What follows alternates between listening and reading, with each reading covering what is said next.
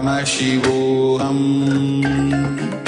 Om Nithyananda Paramashivoham.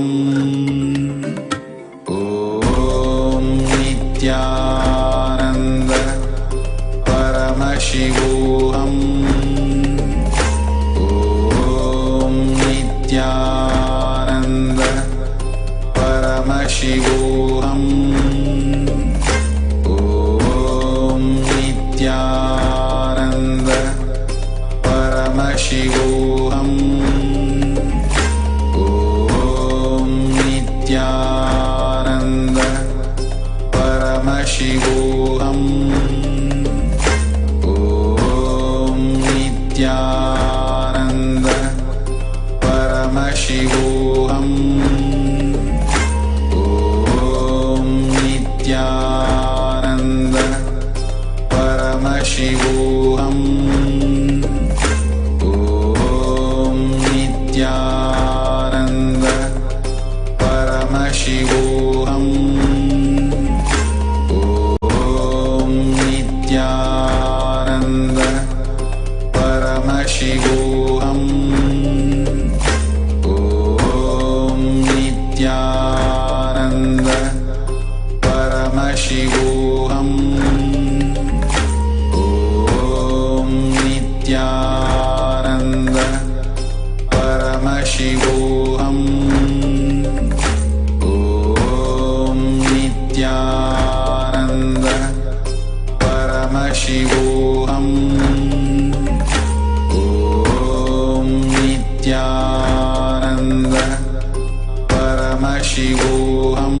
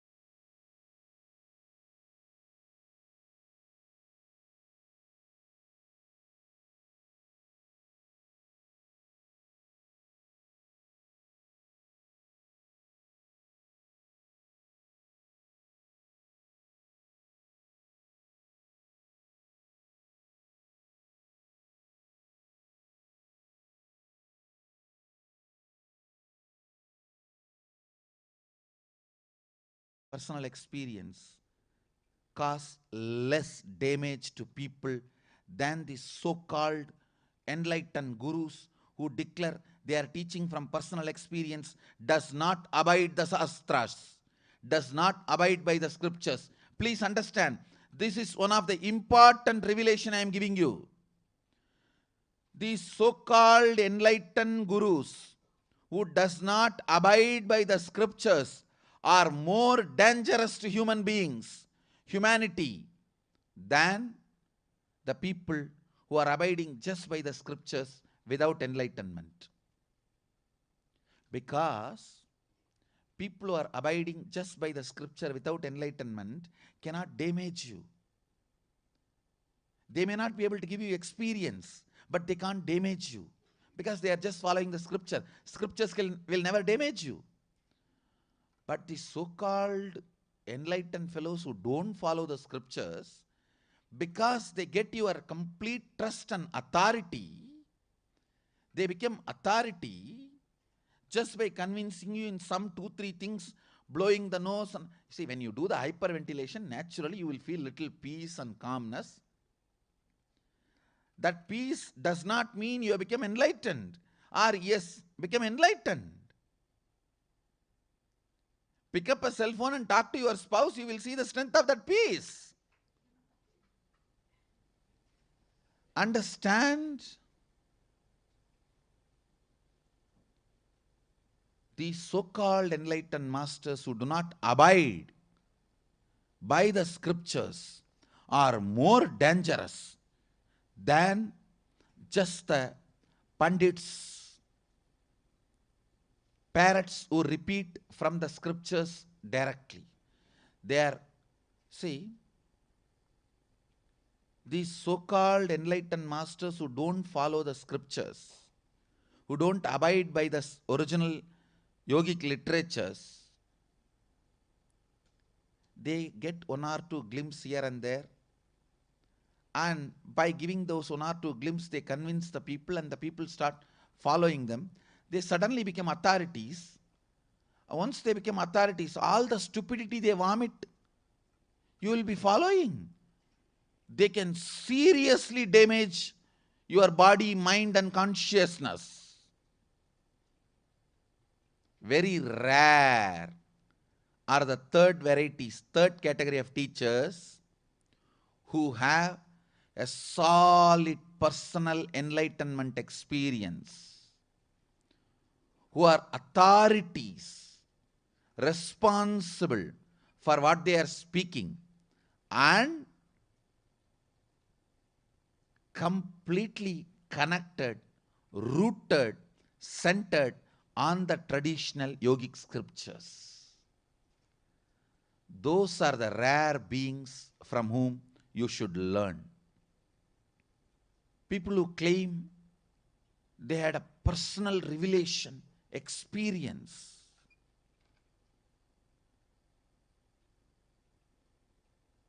it may be sometime good for them, but there is no guarantee it is good for all of you. What is good for all of you? It should be the personal realization of your Guru and directly in tune with the original scriptures. Only then it should be shared with the world. It is worthy of being shared with the world. When you choose your Guru,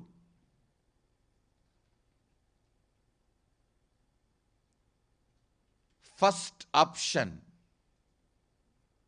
the best thing is find a person who is enlightened, experienced, who can play with energy, who can directly transmit experience to you, and who is in tune with the original Shastras.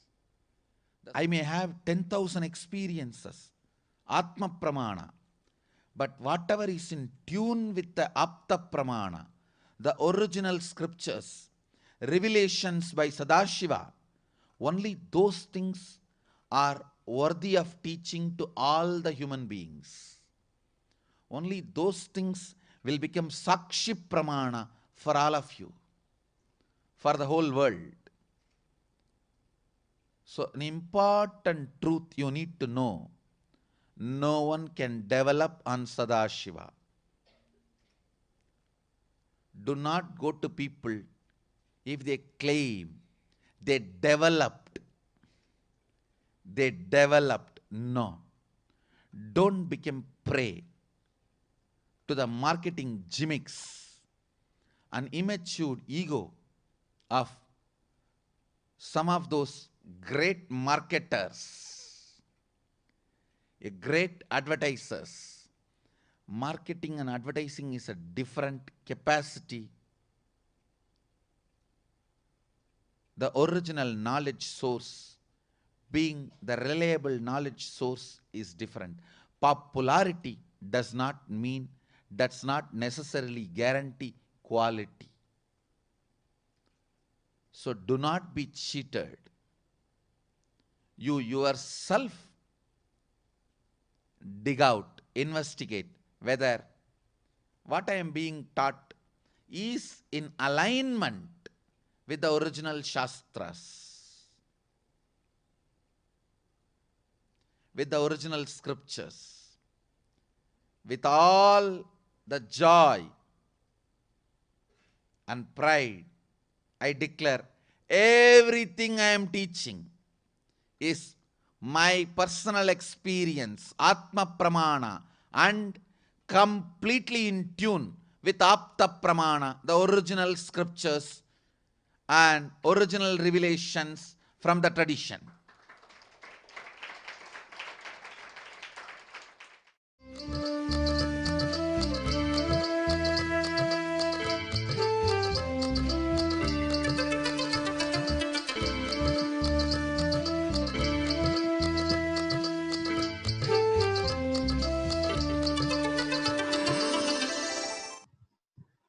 नित्यानन्दं परमसुखदं केवलं ज्ञानमूर्तिं द्वन्द्वातीतं गगनसदृशं तत्त्वमस्यादिलक्ष्यम् एकं नित्यं विमलमचलं सर्वती साक्षिभूतं भावातीतं त्रिगुणरहितं Sadgurum tam namami.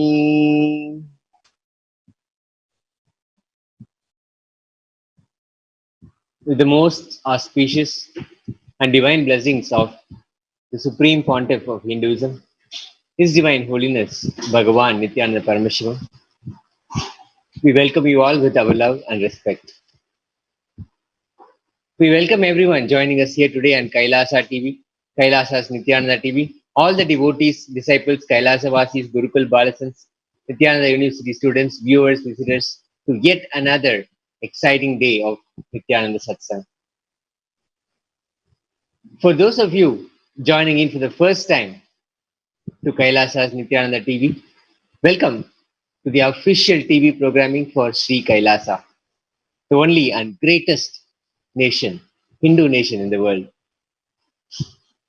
Sri Kailasa is a Hindu nation revived by His Divine Holiness Bhagavan Nithyananda Paramashivam, which serves millions with a simple yet powerful way to experience and live enlightenment. The happening of an incarnation is the rarest of all happenings.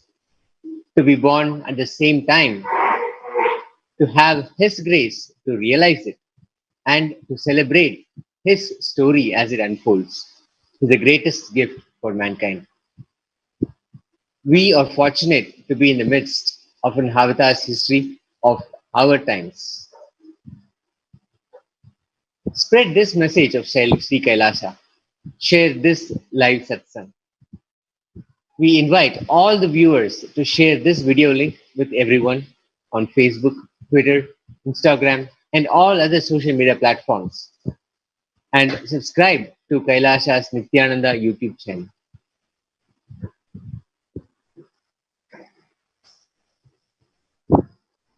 Today, Paramashivoham, the most positive happening on the planet, will offer a unique event on June 21st, that is tomorrow, is the International Day of Yoga. The United Nations, on its official website, proudly presents what is yoga and why do we celebrate it. They say yoga is an ancient physical, mental, and spiritual practice that originated in India. The word yoga derives from Sanskrit and means to join or to unite, symbolizing the union of body and consciousness. Today, it is practiced in various forms around the world and continues to grow in popularity.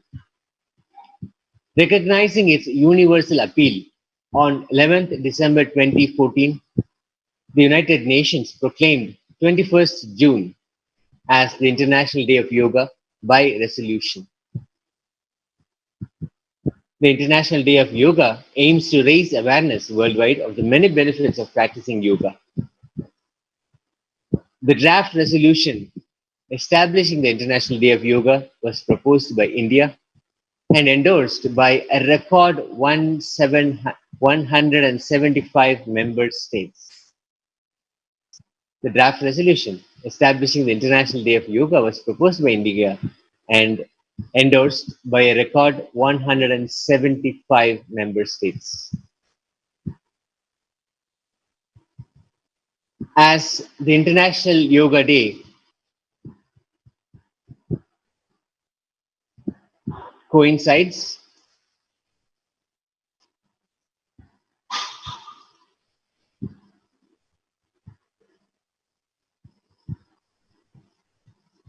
with the solar eclipse, His Divine Holiness Nithyananda Paramashivam will be initiating people worldwide into a very special power manifestation mantra diksha, which, if used, can heal any effects of poisonous bites and can clear any poison. This International Day of Yoga 2020, on this eclipse day, Bhagavan Nithyananda Paramashivam, His Divine Holiness, will initiate us into a mantra diksha, and there will be a special power manifestation that protects from all poisonous bites. This will be tomorrow, 21st June 2020, 6:30 a.m. onwards, Indian Standard Time.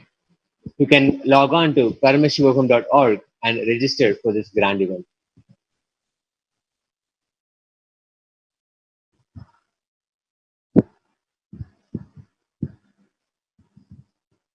Nithyananda Yoga. What is Nithyananda Yoga? Is it another form of yoga? There are so many teachers, so many paths, so many streams. Which one is authentic? What you will receive at the end of your yoga session? Let's look at what Nithyananda Yoga is here to offer. Let us watch this video. An introduction to Nithyananda Yoga, the ultimate.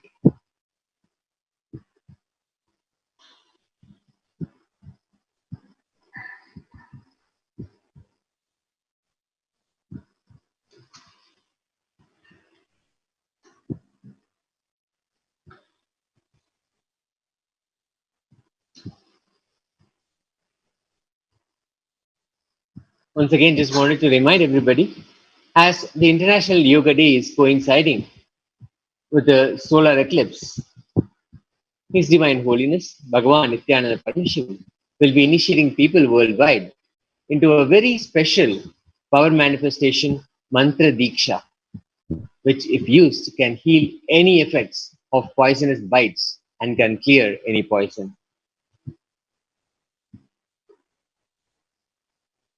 As we know, the United Nations has declared tomorrow, June 21st, as the International Day of Yoga. To celebrate that, to commemorate that, there will be a very special power manifestation, mantra diksha, initiation into a mantra chanting, which can heal any effects of poisonous bites and can clear any poison. Let us now look at Nithyananda Yoga. Now, there are so many forms of yoga. There are so many teachers, so many paths, so many streams. Which one of these is authentic? What you will receive at the end of your yoga session.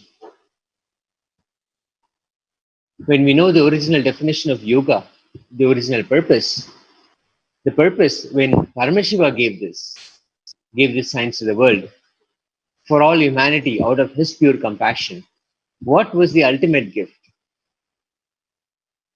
Swamiji here beautifully intercepts that happening and reveals to us the original purpose of yoga in the form of Nithyananda Yoga.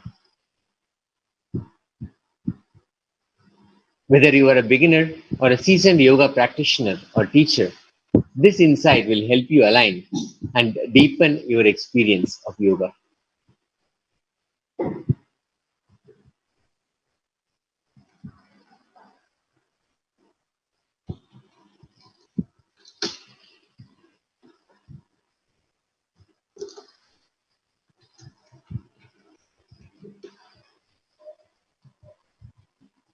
Only when we know the original definition, the original purpose, when Paramashiva gave this science to the world, what was the ultimate gift? Only when we understand, only when we know the original definition, the deepening of our experience of yoga will happen. This insight will help you align to the original purpose, the way Paramashiva meant the experience of yoga to happen. Adi Yogi, Paramashiva revealed this science in the Shiva Agamas to the whole universe as a science to awaken our inner potential energy. Swamiji says, I don't want to say the physical postures are not yoga. I don't want to say physical health is not the purpose of yoga. That is also included. As usual, anything practiced by billions all over the world will have variations, confusions, debates. It is usual. Whether the physical postures are yoga, Swamiji says beautifully, physical postures are also yoga. Now, let us watch a quick introduction to Nithyananda Yoga, the ultimate.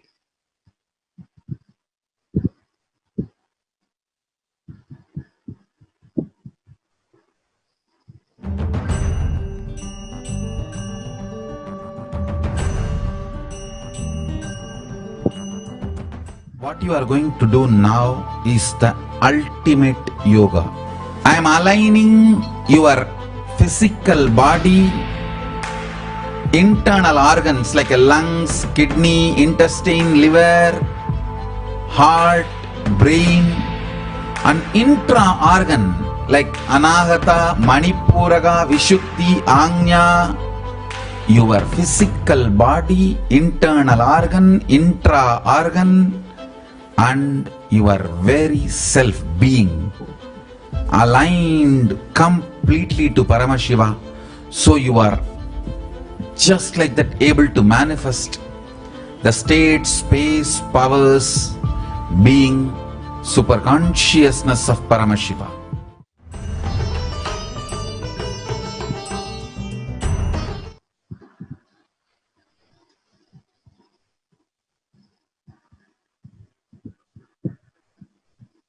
When we know the original definition of yoga, the original purpose, when Paramashiva gave this science to the world for all humanity, out of his pure compassion, what was the ultimate gift?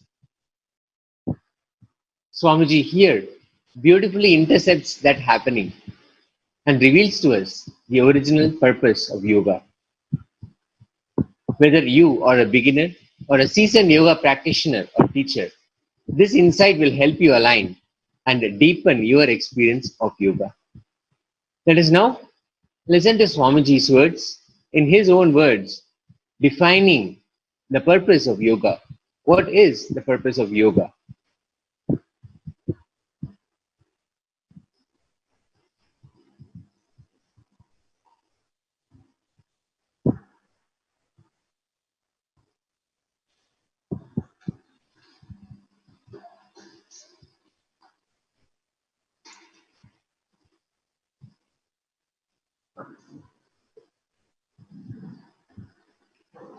June 21st, 2020, tomorrow, the International Yoga Day.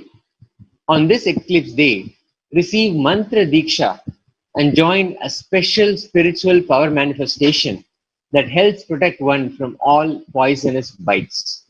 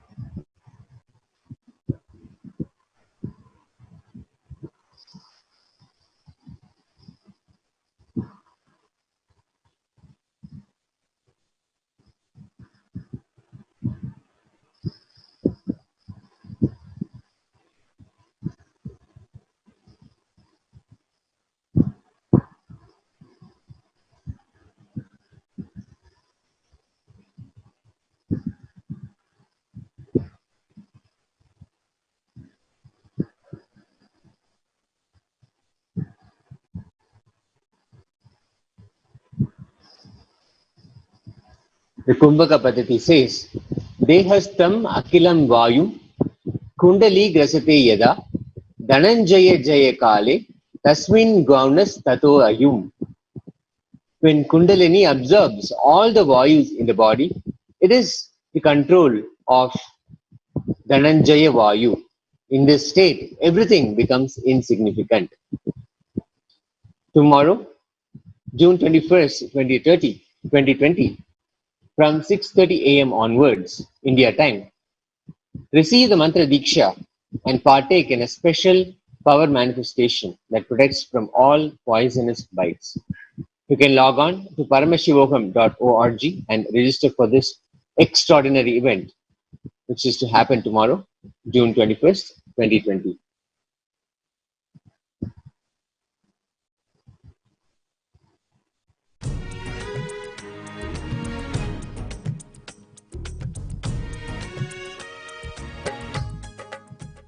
Let me explain yoga.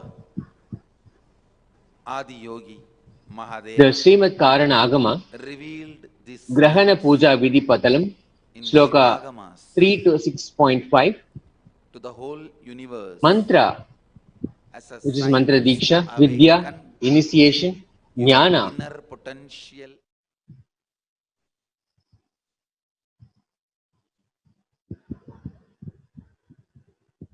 the initiation will lead us into a state where we are protected from everything that is significant and everything that can significantly affect our body in an advanced manner. Now, let us listen to Swamiji giving his revelation about the original purpose of yoga.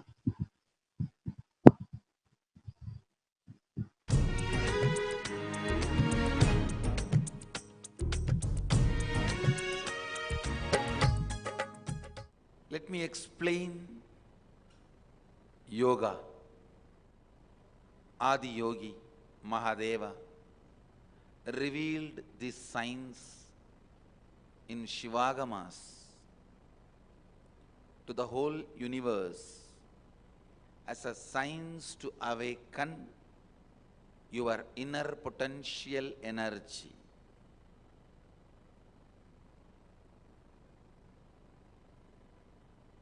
I don't want to say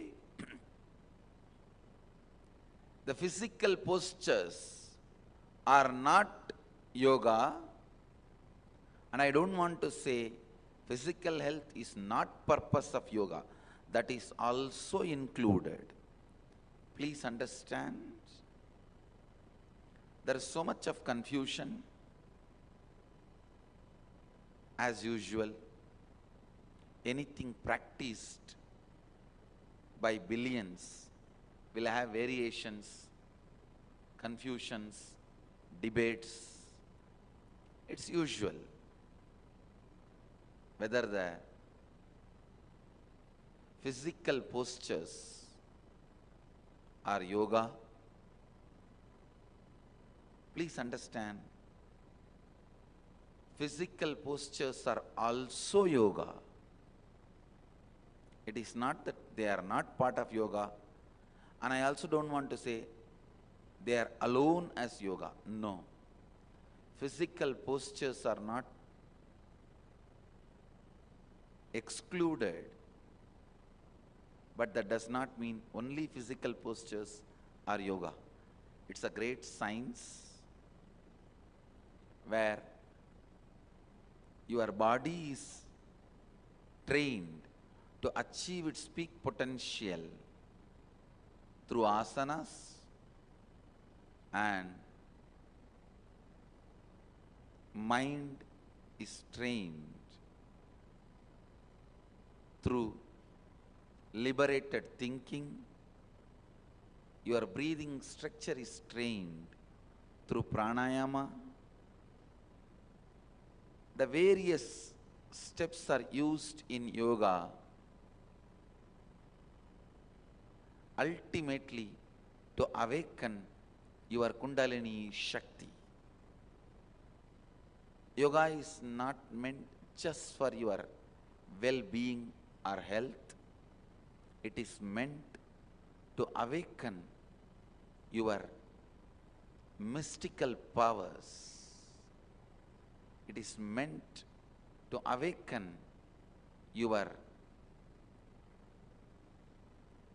spiritual realization, realizing your spiritual identity is the ultimate goal of yoga. Kundalini is the inner potential energy. Once it is awakened, you will experience extraordinary health, physically, mentally, and extraordinary powers, abilities.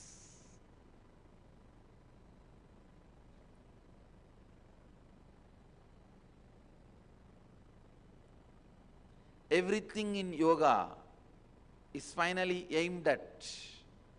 It can be as simple as washing your eyes, or as difficult as Shirasasana, Nithya or Dauti Kriyas. Everything is aimed at awakening the Kundalini Shakti in you, to awaken the extraordinary possibilities and abilities in you.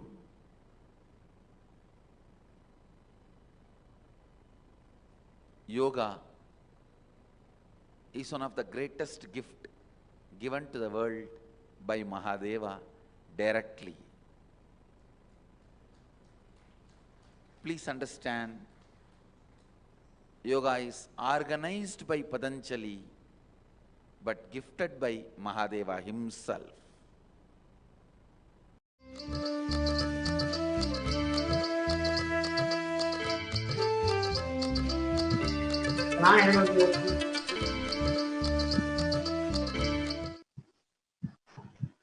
Swamiji beautifully explains yoga. Adi Yogi Paramashiva revealed this science in the Shiva Agamas to the whole universe as a science to awaken our inner potential energy. Swamiji says, I don't want to say the physical postures are not yoga. I don't want to say the physical health is not purpose of yoga. That is also included. As usual, anything practiced by billions will have variations, confusions, debates. It is usual. Whether the physical postures or yoga, physical postures are also yoga. It is not that they are not part of yoga. And I also do not want to say they are alone as yoga. No. Physical postures are not excluded, but that does not mean only physical postures are yoga. Swamiji beautifully shares. It is a great science where your body is trained to achieve its peak potential through asanas, and mind is trained through liberated thinking. Our breathing structure is trained through pranayama. Various steps are used in yoga ultimately to awaken the Kundalini Shakti, the inner potential energy. Yoga is not meant just for our well-being or health. It is meant to awaken mystical powers. It is meant to awaken spiritual realization. Realizing our spiritual identity is the ultimate goal of yoga. Kundalini is the inner potential energy. Once it is awakened, you will experience extraordinary health, physically, mentally, and extraordinary powers, abilities. Everything in yoga is finally aimed at, it can be even as simple as washing our eyes, or as difficult as Sirasasana, the headstand, or Nithya Dauti Kriyas. Everything is aimed at awakening the Kundalini Shakti in us, to awaken the extraordinary possibilities and abilities in all of us.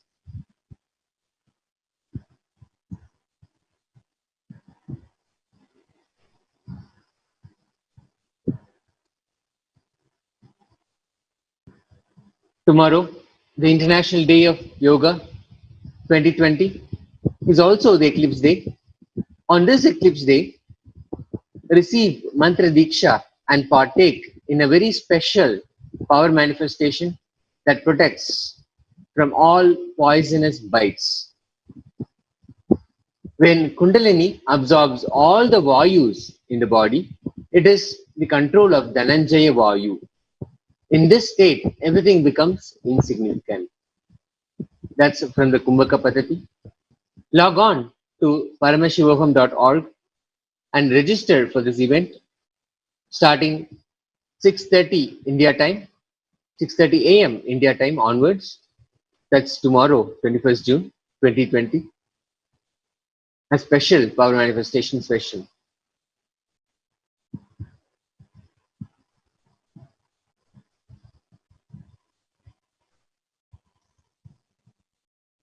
Yoga is one of the greatest gifts given to the world by Mahadeva, Paramashiva directly. Yoga is organized by Patanjali but gifted by Paramashiva himself. The true characteristic of the mystical sciences is the adherence to original scriptures. The scriptures given by rishis who went through an experience. Here, Swamiji proclaims Nithyananda Yoga to be the essence of 1 million source scriptures in Hinduism. Let's watch Swamiji giving this vast expanse of a definition for Nithyananda Yoga.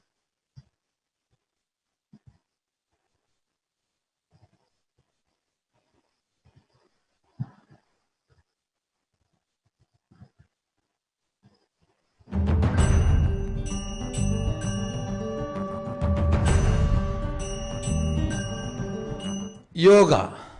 How many ever times I define this word will remain.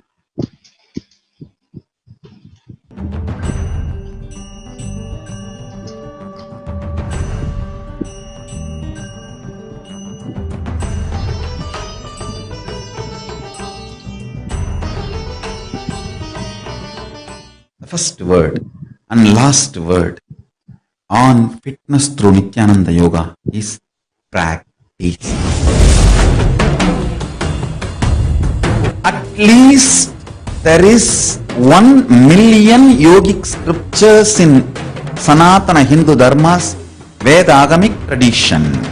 Yoga in all sampradayas, Adishaivism, Lagulisa Shaivism, Pashabada Shaivism, Kaula Shaivism, Kashmira Shaivism, Bauddham, Samanam, Tantram, Agoram, Vaishnavam, Saktam, Sauram, Gaumaram, in all sampradayas of Sanatana Hindu Dharma, at least we have 1 million yogic scripture. Please understand, not for any arrogance or pride, I have distilled the essence, the best of the best of that 1 million yogic scriptures and compiled it and offered it to all of you in the form of Nithyananda Yoga.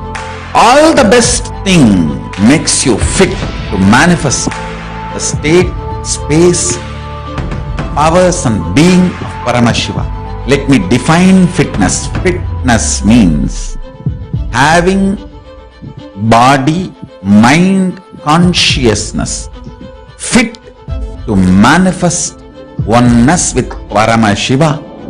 Paramashiva's state, space, powers and being is fitness. This is the definition of fitness as per Paramashiva. Having complete system to manifest the state, space, powers and being of Paramashiva is fitness. And that fitness through Nithyananda Yoga is simply possible. I have integrated Hatha Yoga Asana, verbalization, mudras, bandhas, kriyas, visualization, karanas, shravana, aushada, avarana, mani, dhyana, dharana, samadhi, japa. Everything Paramashiva revealed, and the Paramashiva's incarnations revealed in Vedic and Agamic scriptures. I cannot add any more word to achieve fitness through Nithyananda Yoga. I have defined what I call fitness. I have defined what is Nithyananda Yoga. Now the only word I can do is practice. This is fitness. This is Nithyananda Yoga. If you want the fitness through Nithyananda Yoga, the only word you need to remember, practice. Every day, Adi Kailasha, Indian time, Indian Standard Time, 4 a.m. Freely, Nithyananda TV gives you live session of Nithyananda Yoga, the essence of million yogic scriptures. It's available freely for all of you. As Sanatana Hindu Dharma believes, knowledge is free. Use it and manifest the state, space, powers, being of Paramashiva.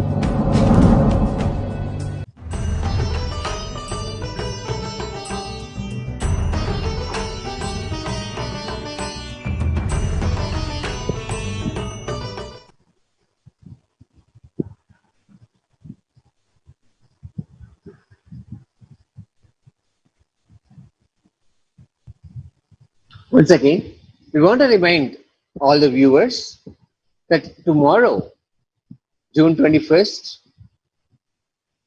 6:30 a.m. India time onwards, we'll have an extraordinary event. It is the International Yoga Day and also an eclipse day. Register at Paramashivoham.org to receive Mantra Diksha and partake in a special power manifestation that protects from all poisonous bites. The Kumbhaka Paddhati says, when Kundalini absorbs all the Vayus in the body, it is the control of Dhananjaya Vayu. In this state, everything becomes insignificant. You can register at paramashivoham.org to have a direct experience of the scriptures, the power manifestation, an extraordinary ability, an extraordinary science that protects from all poisonous bites.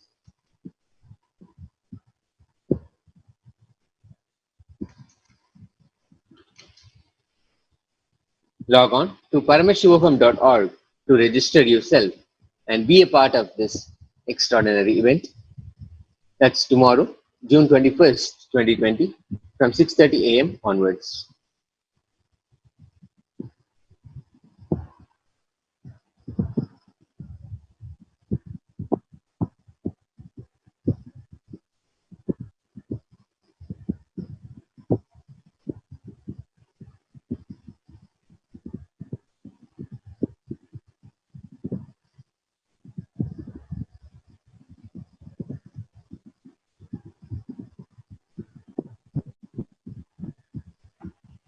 Yoga is one of the greatest gifts given to the world by Paramashiva directly. Yoga is organized by Patanjali but gifted by Paramashiva himself. The true characteristic of the mystical sciences is the adherence to original scriptures. The scriptures given by rishis who went through an experience. Here, yoga, the greatest gift to mankind, is given by Paramashiva himself. Now, Swamiji presents to the world the Nithyananda Book of Yoga, the essence of 1 million source scriptures in Hinduism. And with the right spirit, the true spirit of Kailasa, the greatest Hindu nation, this book, the knowledge, the essence of the source scriptures is shared freely with everyone. Let us watch Swamiji dedicating the Nithyananda Book of Yoga to the entire world.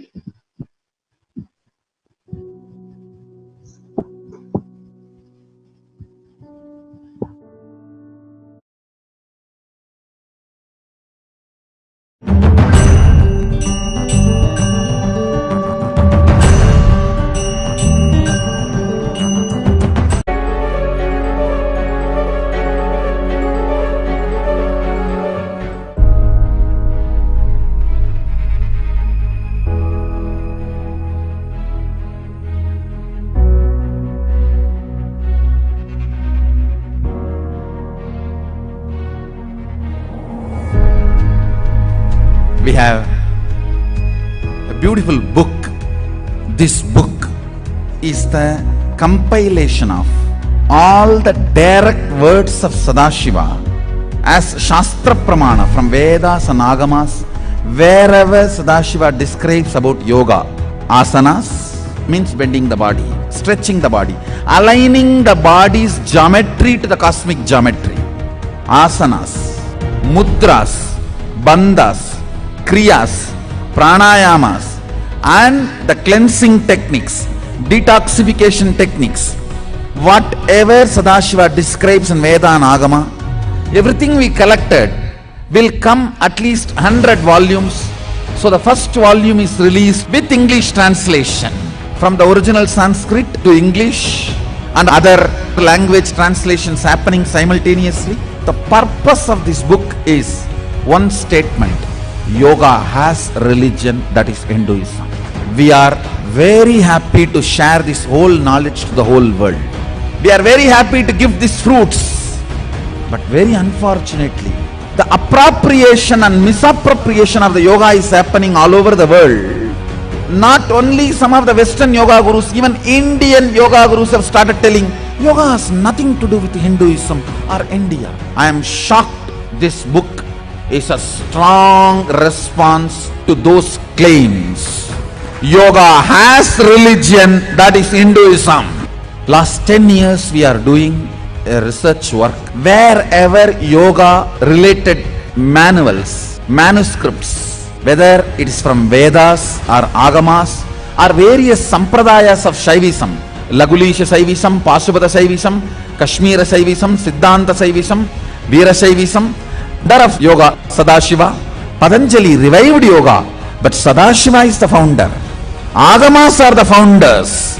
Agamas are the earliest record of yoga literatures available.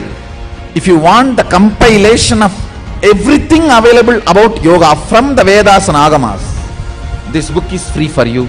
And you can download the link of this book if you go to the website called innerawakening.org, Nithyananda Yoga. And if you want all the 3 terabyte material we have collected till now, we have a website called Hinduism Now. Go to that website, you can download all 3 terabyte material. All the Agamas and yogic literatures we have classified Shastra Pramana, Apta Pramanas, and we have clearly classified and presented everything we were able to collect, and still we are collecting. This is my humble offering to Veda Mata and Sadashiva.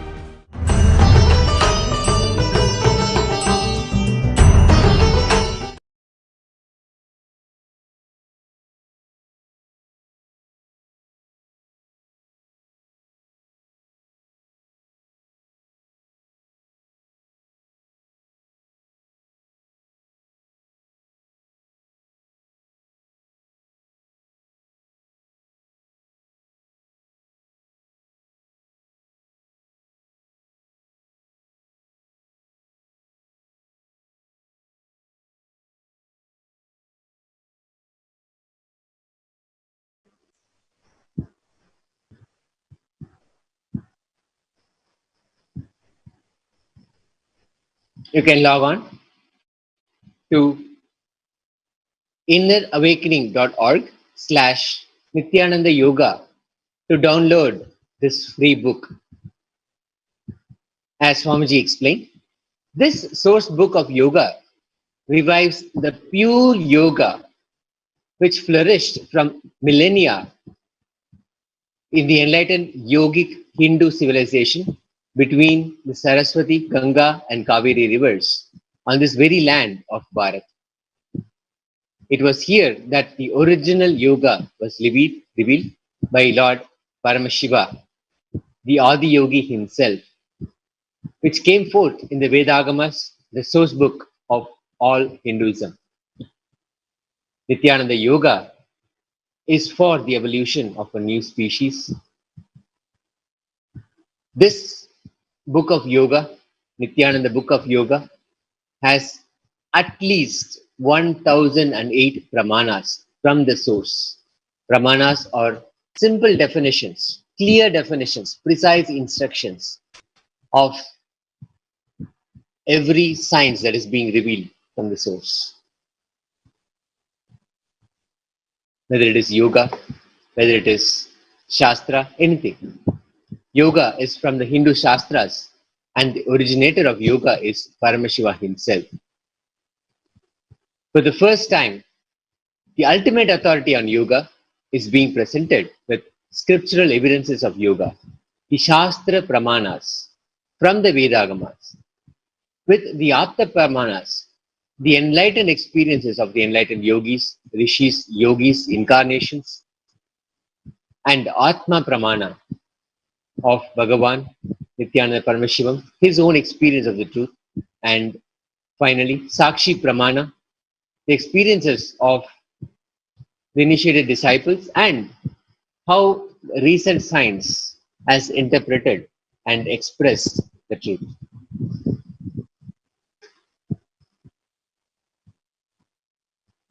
One of the first in the series of the vast revelations in the Yoga Pada, the yoga sections of the Agamas, this book, available on innerawakening.org/Nithyananda Yoga for all of us to download free. It is an ebook. This book serves to the true yoga practitioner or anyone who bends the body for yoga as the true undiluted source book to explore and experience the true yoga with its infinite dimensions from the founder of yoga, Paramashiva himself, as revived by Bhagavan, His Divine Holiness, Nithyananda Paramashivam. So, to download this free ebook, you can log on to innerawakening.org/Nithyananda Yoga. The comprehensive book includes the yoga scriptures on over 200,200 asanas, 350 pranayama, kumbhakas, mudras, bandhas, pratyahara, dharana, dhyana, samadhi, mantras, yogic physiology, and the yogic lifestyle, and much, much more. You can visit innerawakening.org/Nithyananda Yoga and download this free ebook.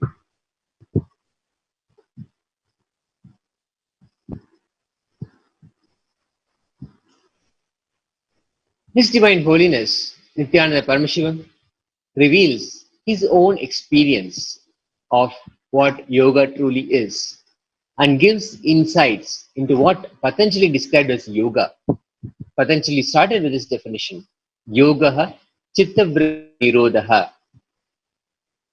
What is yoga? Swamiji says, yoga is the divine entering into man and producing a bliss chemistry in our brain. It is also a set of physical asanas and movements to help retain that bliss chemistry in our brains. Now let us watch Swamiji beautifully describing this science. What is yoga? And the divine entering into the man. How yoga brings about and prepares the physical physiology through the asanas and movements so that that bliss chemistry can be retained. Let us watch Swamiji in his own words.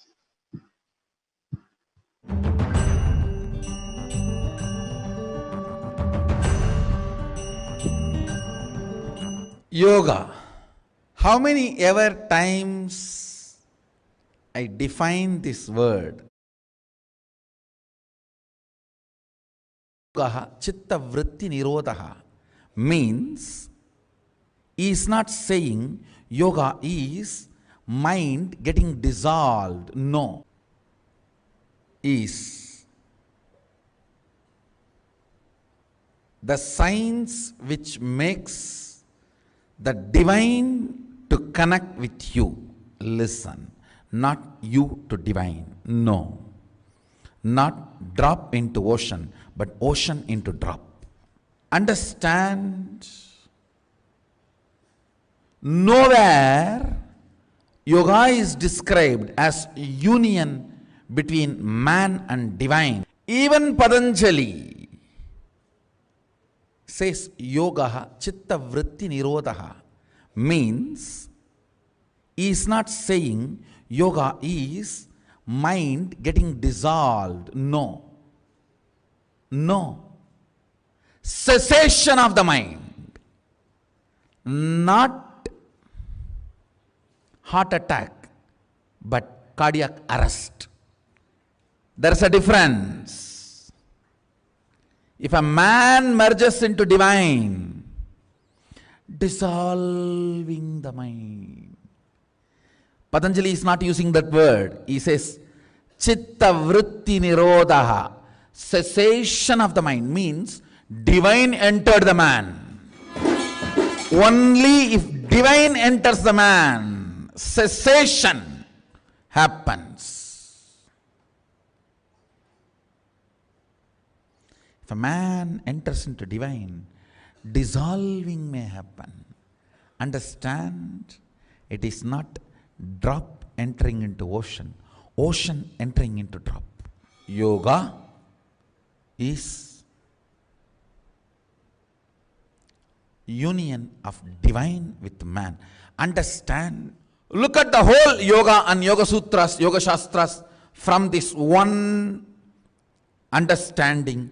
You will understand what I want to reveal by the name of yoga. Everything of yoga, yama, don't see as moral or values. No. It is freedom of ferociousness. Brahmacharya is not moral or value. It is freedom of your ferociousness. Aparigraha is not moral or value. It is just ferocious response to this whole cheating economy. I'll tell you, if you think man to divine, you will be man forever. Even after 90 years of spiritual practice, you will look back and remain. The day I started, what kind of anger, jealousy, lust, all the problems I had, the same thing still I am having. I don't know when I am going to progress spiritually. You will die with SDHD. Never man to divine. It is always divine to man. The beginning Shaktipada should be very clear. Your divinity merging into your humanity is your yoga, not your human side merging into your divine side. Understand?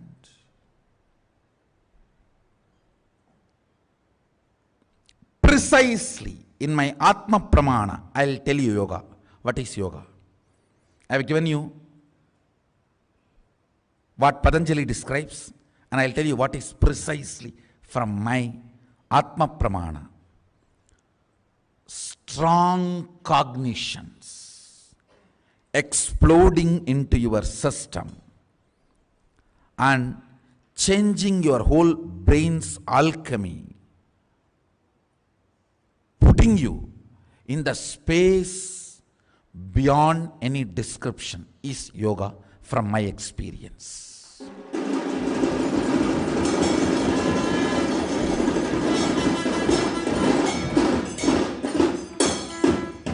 The cognition,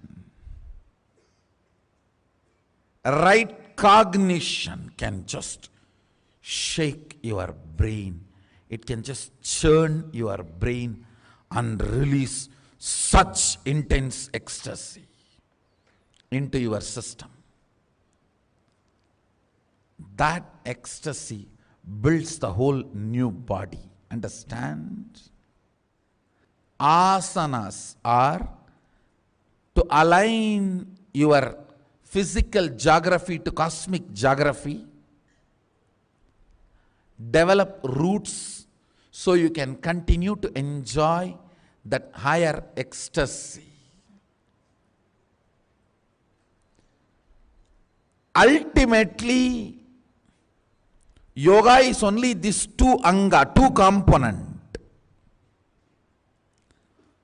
Through the intense, powerful cognitions making this ecstasy rain happen in your brain and flexing your body, aligning it so it grows the roots to retain and continue to enjoy that ecstasy, that alchemy happening in your brain. Understand, listen carefully. Yoga is just these two components. It's only these two components. Understand, the whole field of yoga should be studied from this lens. Divine entering into man. Powerful cognition is the way divine enters into you first. Whenever there is a powerful cognitions inserted into your system, you are initiated. by your Guru. Even if you are initiated by one powerful cognition by the Guru, after that you can never fall into delusion, slumber.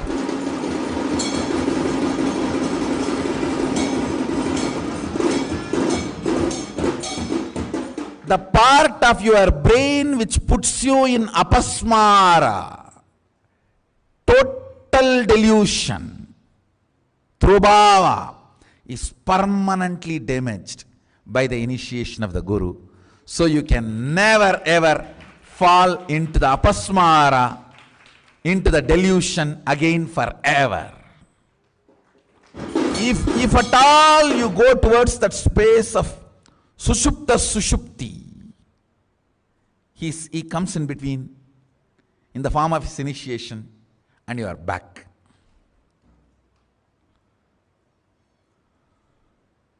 I tell you, yoga is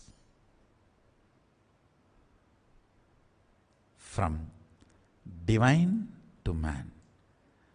The energy of the divine gushes through the master into your system through as a powerful cognition. Understand? Yoga starts when you get a powerful cognition which hits your brain so strongly. Alcohol, drugs, opium, marijuana, all will look as silly. This powerful cognition hits you with such strength.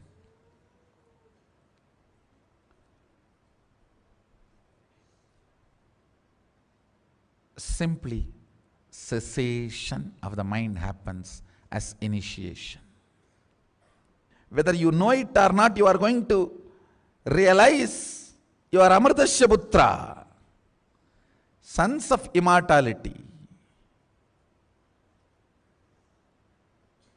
The Putra word, if I look a little deep, I will not even translate as son, I will translate as extension.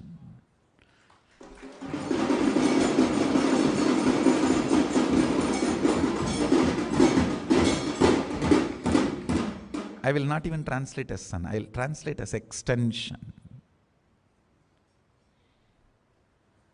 Understand. This is the major difference between yoga of Vedas and Agamas and the yoga of modern day Bogamas. And I wanted to insist on one more important point. Please understand, yoga is ritual. This is one of the important revolution statement I am making. Yoga is not spiritual. Yoga is ritual. You have to do Achamana. You have to invoke Sadashiva. Only then you start doing yoga. Biggest problem in the modern day is amputated yoga. The angas of yoga is cut and packaged. Amputated yoga is the most danger to the modern day. We need to give the original yoga as it is complete to the world. As Sadashiva wanted, as Maschendranatha, Gorakhnatha, Patanjali, all of them taught, yoga need to be taken to the world as original. As original, understand. Mahadeva declares at least in 4 places. In 4 places, Mahadeva declares, Mahasadashiva declares very clearly, anybody who does the yoga systematically as per his guidance, literally having cosmic union with him. It is called Mahamudra. Understand? When these original verses are chanted and yoga is practiced, when Shaktipada happens, Kundalini is awakened. You imbibe his very DNA. You manifest his very DNA.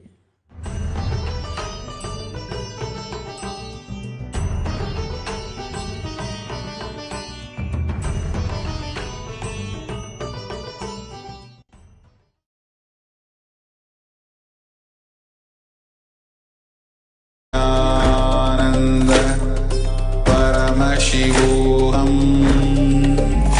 Om Nithyananda Paramashivoham. Om Nithyananda Paramashivoham.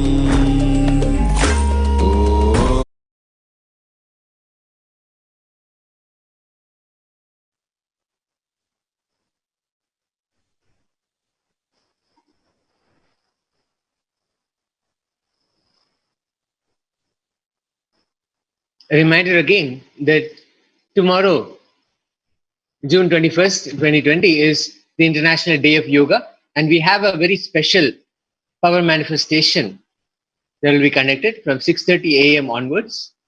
This will be the power manifestation that protects from all poisonous bites. On this eclipse day, tomorrow, receive the mantra Diksha and partake in a special power manifestation. So you can log on to paramashivoham.org and register yourself so you can join the process. The yogic sciences.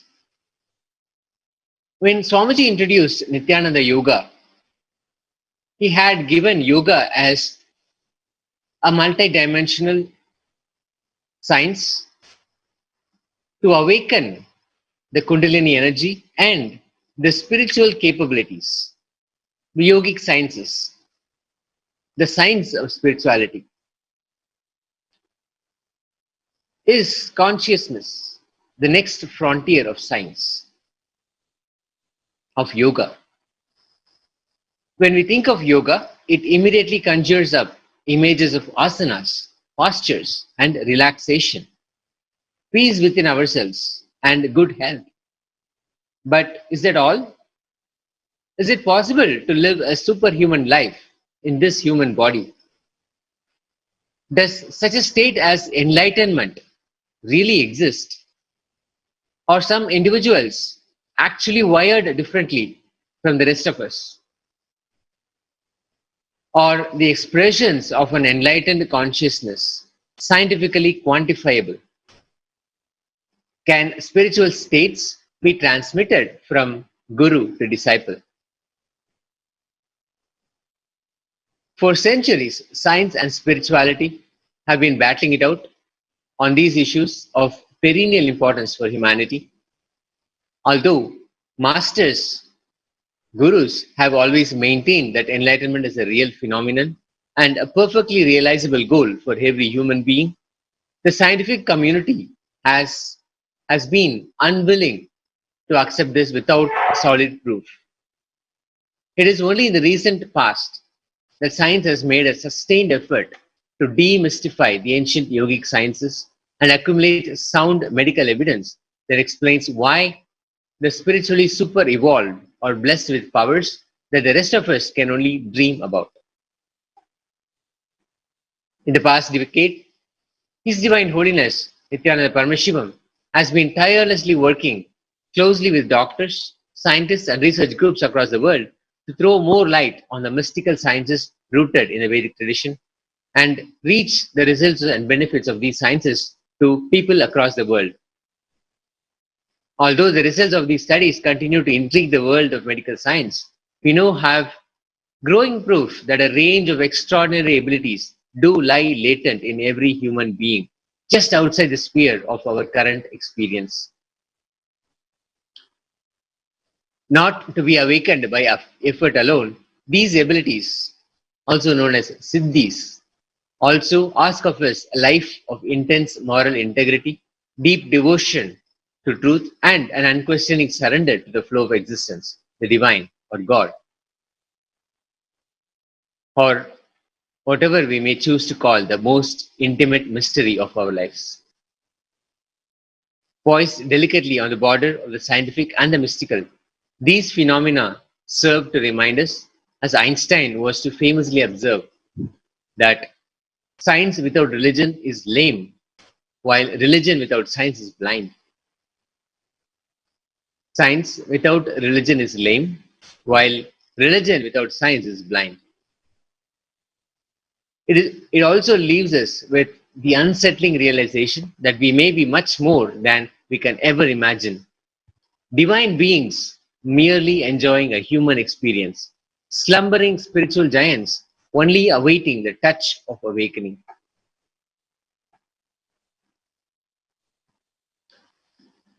His Divine Holiness speaks about the bodies of the near future and what kind of yoga is required for them.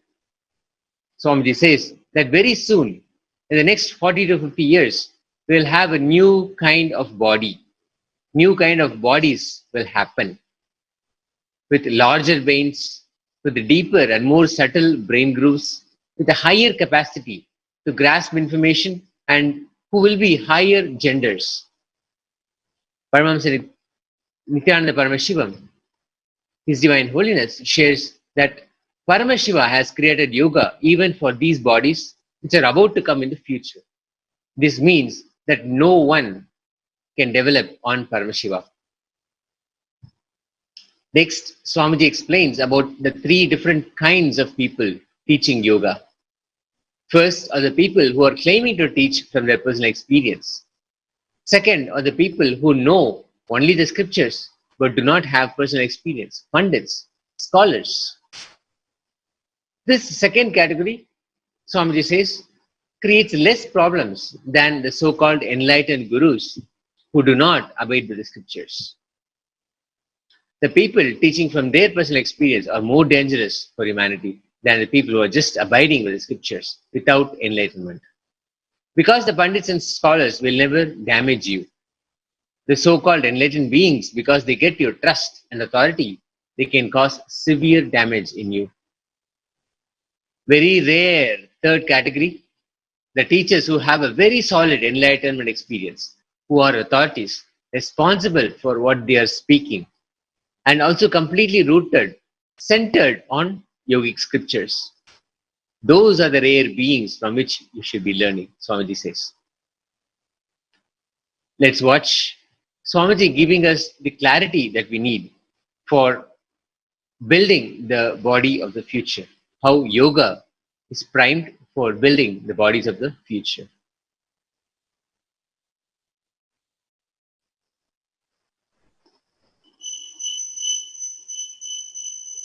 ॐ नित्यानन्द परमशिवोऽहम् ॐ नित्य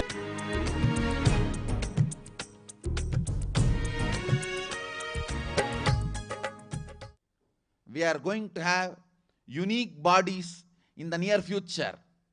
In next 40, 50 years, we are going to be having unique bodies, new kind of bodies, whose brain size will be larger, whose subtle grooves will be deeper, the ability to understand and grasp the informations will be more, and who will also be higher genders, who will have the freedom to play with multiple genders.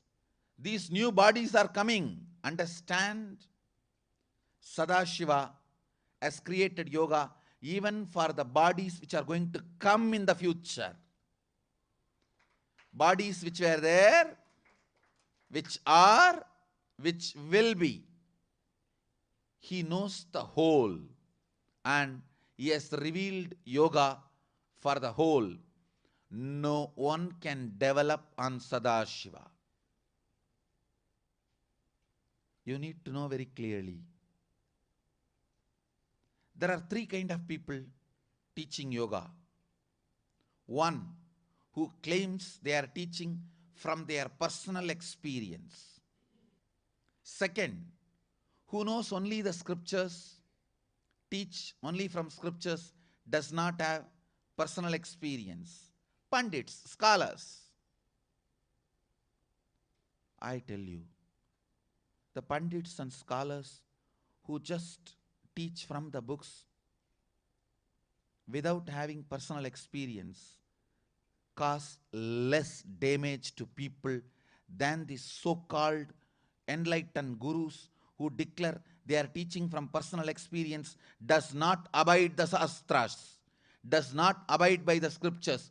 Please understand, this is one of the important revelation I am giving you. These so-called enlightened gurus who does not abide by the scriptures are more dangerous to human beings, humanity, than the people who are abiding just by the scriptures without enlightenment. Because people who are abiding just by the scripture without enlightenment cannot damage you. They may not be able to give you experience, but they can't damage you because they are just following the scripture. Scriptures will never damage you. But the so-called enlightened fellows who don't follow the scriptures, because they get your complete trust and authority, they become authority just by convincing you in some 2-3 things, blowing the nose. And see, when you do the hyperventilation, naturally you will feel little peace and calmness. That peace does not mean you have become enlightened or yes, become enlightened. Pick up a cell phone and talk to your spouse, you will see the strength of that peace. Understand? These so-called enlightened masters who do not abide by the scriptures are more dangerous than just the pandits, parrots who repeat from the scriptures directly. They are, see, these so-called enlightened masters who don't follow the scriptures, who don't abide by the original yogic literatures, they get 1 or 2 glimpses here and there, and by giving those 1 or 2 glimpses, they convince the people and the people start following them. They suddenly become authorities. Once they become authorities, all the stupidity they vomit, you will be following.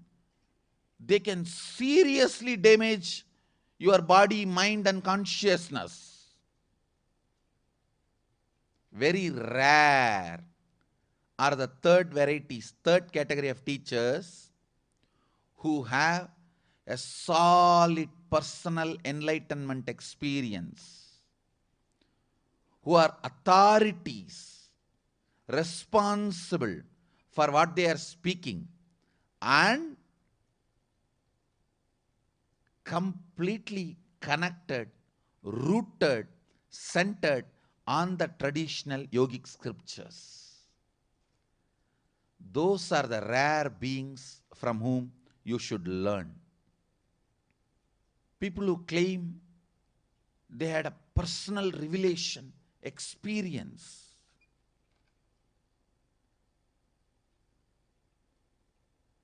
It may be sometime good for them, but there is no guarantee it is good for all of you. What is good for all of you? It should be the personal realization of your Guru and directly in tune with the original scriptures. Only then it should be shared with the world. It is worthy of being shared with the world. When you choose your Guru,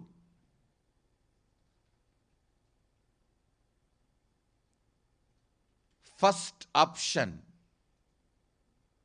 the best thing is find a person who is enlightened experience, who can play with energy, who can directly transmit experience to you, and who is in tune with the original Shastras.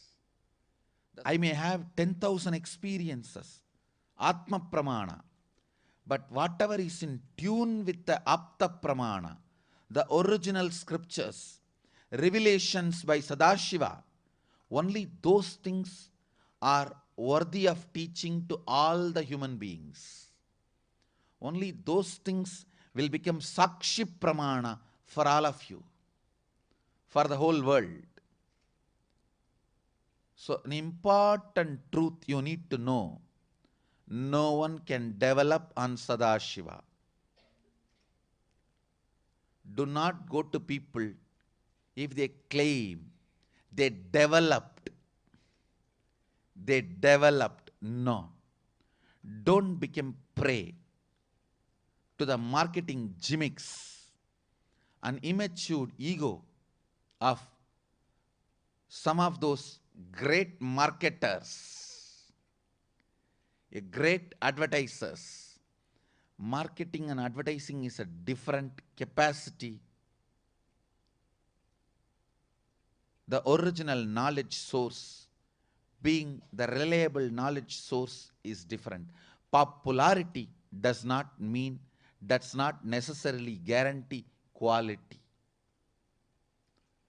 So do not be cheated. You yourself dig out, investigate whether what I am being taught is in alignment with the original Shastras, with the original scriptures. With all the joy and pride, I declare everything I am teaching is my personal experience, Atma Pramana, and completely in tune with Apta Pramana, the original scriptures and original revelations from the tradition.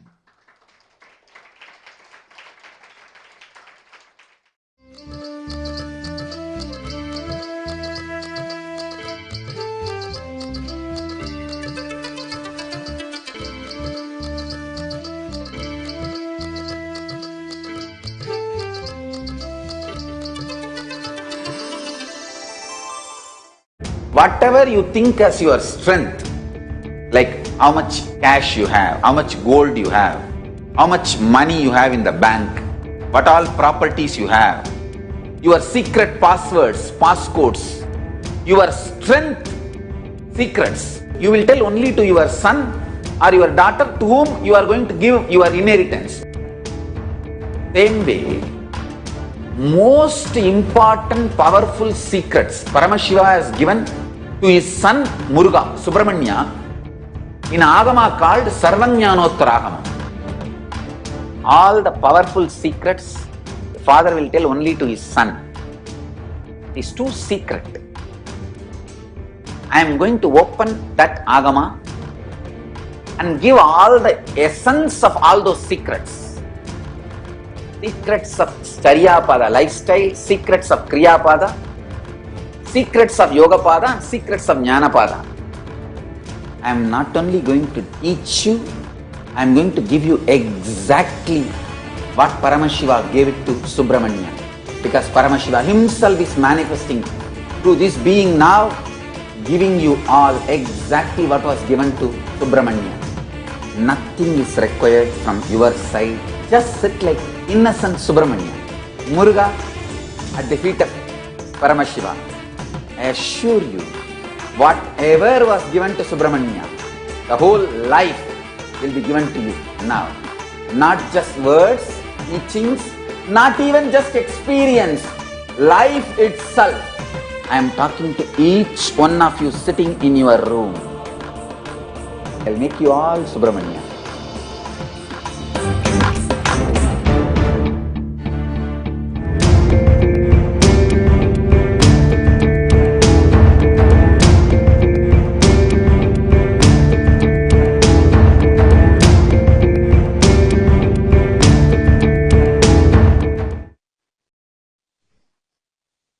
Here is a deep question that Swamiji addresses.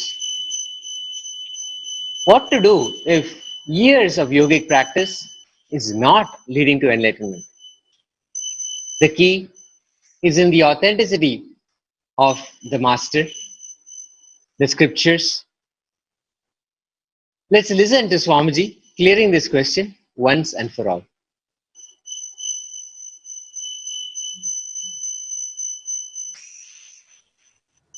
We become such third-rate beings. No, really. Sorry to.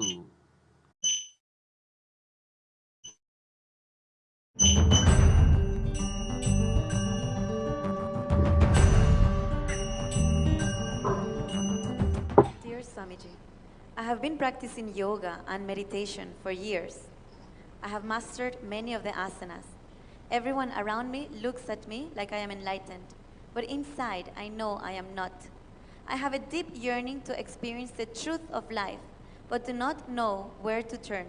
Please guide me. Through this question, you have already turned where you need to turn. Understand? Through this question, you already turned where you need to turn. The question, dear Swamiji, I have been practicing yoga and meditation for years, have mastered all the asanas. Everyone around me looks at me like I am enlightened, but inside I know I am not. I have a deep yearning to experience the truth of life, but do not know where to turn. Please understand. This is the usual state of many people practice yoga without going to the original scriptures. But it's okay. You started in some form. Now it is time. Turn to original yogic literatures, the Swatmarama's Atta Yoga Pratipika, Mahadeva's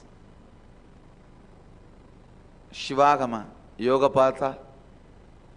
Don't be afraid. They are not vast, voluminous books.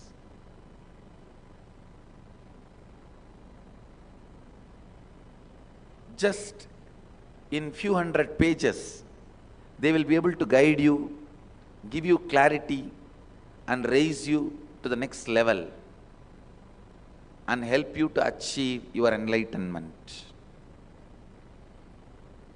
All you need to do is just turn towards authentic scriptures or the masters who are teaching based on authentic scriptures. Please understand, fortunately, yoga has become $1 trillion industry. But flip side, the other side of it is dilution, pollution, because of the necessity to commercialize as per the tastes of the customers, clients who are practicing. So please understand,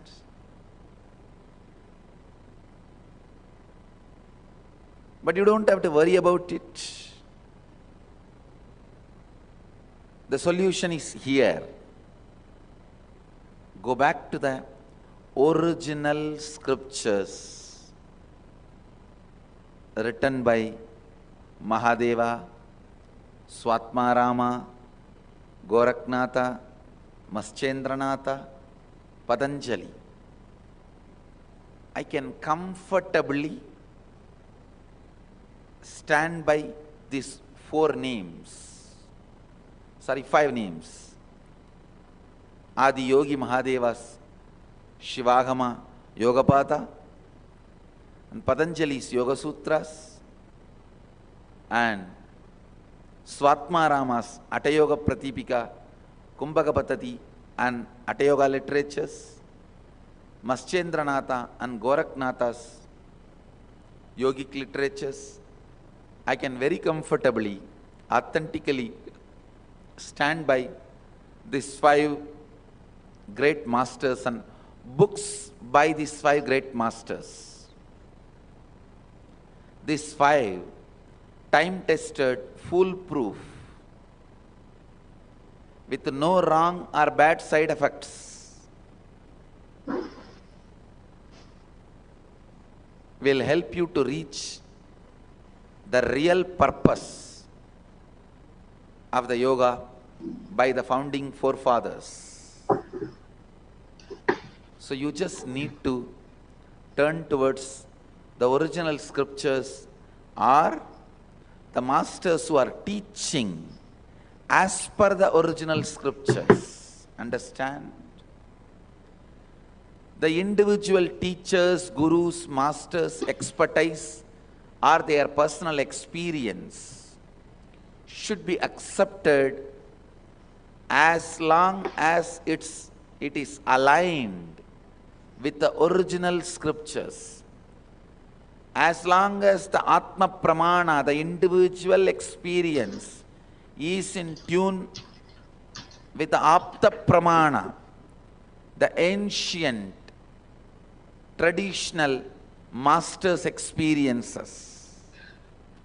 So if there is a difference between these two, always go back to the ancient master's experience. That should be the touchstone. Ancient, authentic scriptures should be the touchstone. So understand, it is time for you to turn towards the authentic scriptures or the masters who teach from the authentic scriptures.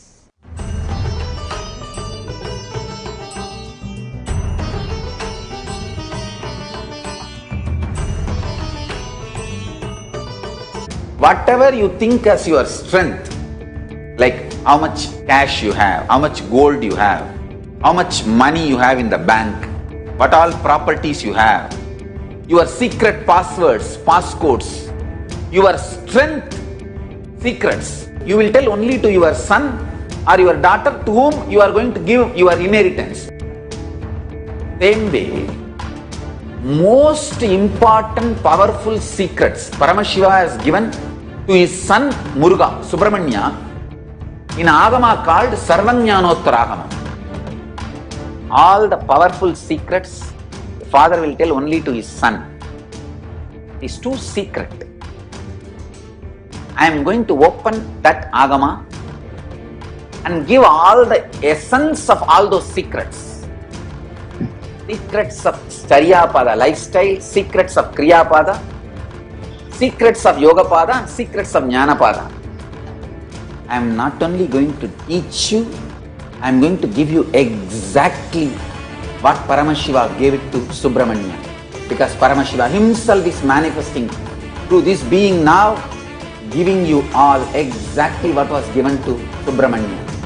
Nothing is required from your side. Just sit like innocent Subramanya, Muruga at the feet of Paramashiva.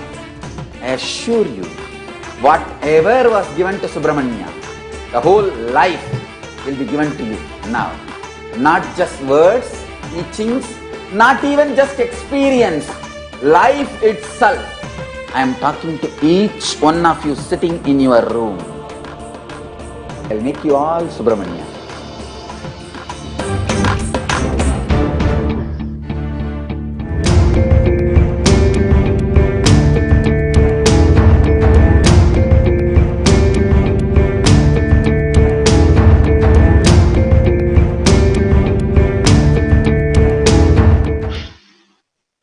The global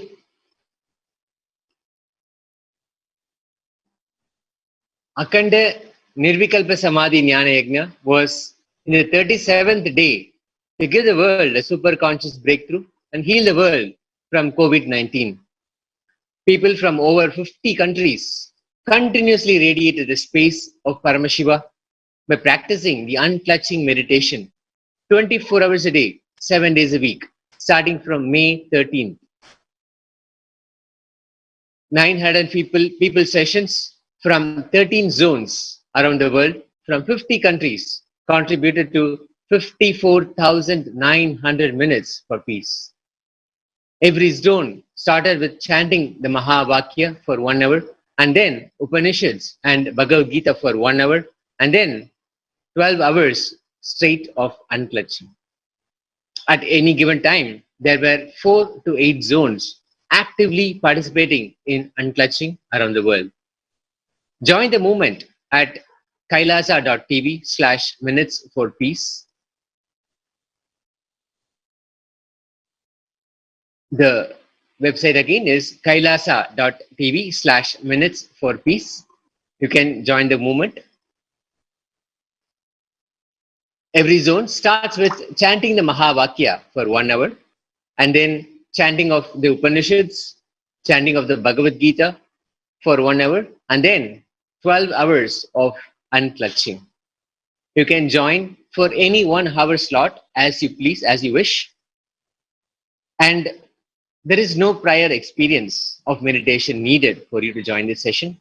You can choose your time zone, you can choose your time slot and join, learn the meditation, the unclutching process that can lead you to Nirvikalpa Samadhi, experience the space and also contribute to the spiritual awakening, conscious awakening that can cure COVID-19. Again, the website is kailasa.tv/minutes for peace. There have been many revelations for the future by Swamiji, which we are now experiencing as our reality. Bhagavan has said, vegetarian lifestyle is the most sustainable and earth-friendly. But also, it is the only choice for us to save the planet. Let's watch what he said earlier, and then let's look at what's happening now. Here, Swamiji is saying, I will remove non-vegetarian lifestyle from planet Earth. I'll make humans vegan.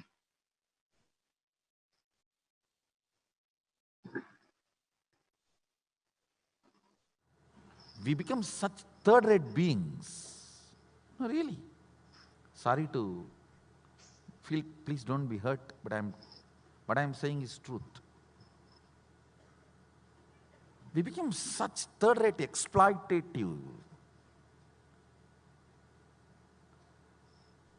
Hey, we talk so much about one person killed, we don't understand every day our plate is murder.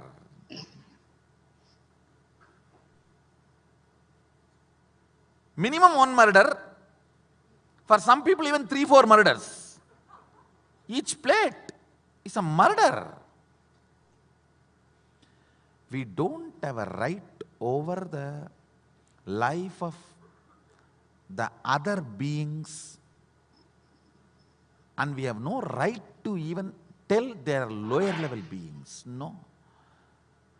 So somebody does not have a hand or handicapped leg, you will kill and eat him. That's what you are doing when you are killing the animals and eating. They may not have some of the intra-organs we have developed, that no way means they are lower level beings. No.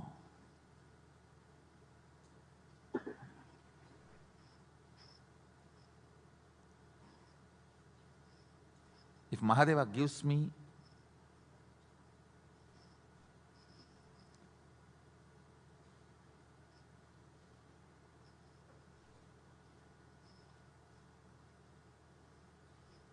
I know he has given me, I'll do it. I will remove non-vegetarian lifestyle from planet Earth.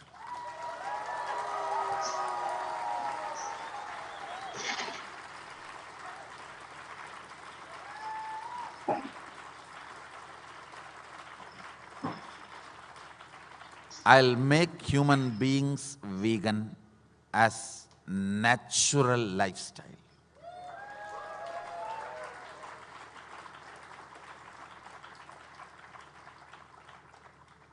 I think when we give the conscious breakthrough, this is going to happen. This is going to happen. Even in vegetarianism, fruits and flowers are okay, but not the roots. You cannot remove a plant to eat.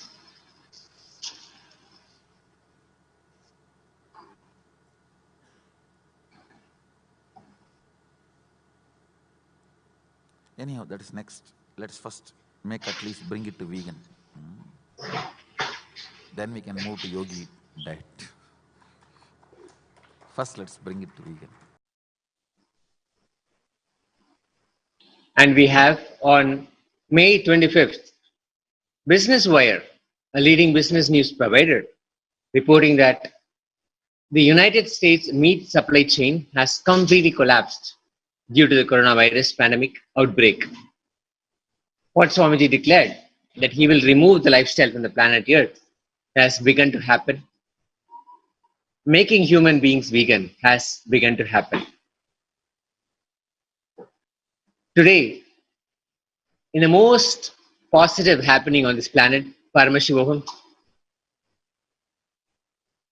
His Divine Holiness personally conducting the initiations and the courtyard power manifestation sessions. Today, the essence of the Paramashivoham event will be the Bhagavad Gita. Here, His Divine Holiness Nithyananda Paramashivam reveals the bio-memories he consciously chose for his avataric mission. Swamiji introduces his other bio-memories and says, my strategy planning is from Sri Krishna, and there are some other masters' bio-memories which are there in the body, which will start expressing themselves very soon. They have not yet started expressing themselves. Swamiji beautifully talks about Krishna consciousness in this phenomenal satsang. How a great avatar, an incarnation Krishna was. An avatar can only exhibit compassion but not romance. But Krishna is the only avatar who brought himself down to a state where he exhibited romance and not just compassion, which is very difficult for any avatar. This is a revelation that takes us deeper into the science of descent as the mysteries of living with an incarnation unfold every single day. Through this revelation about Bhagavan Sri Krishna, Swamiji is introducing us into another dimension of his avatarhood. Here, let's watch Swamiji talking about Krishna consciousness.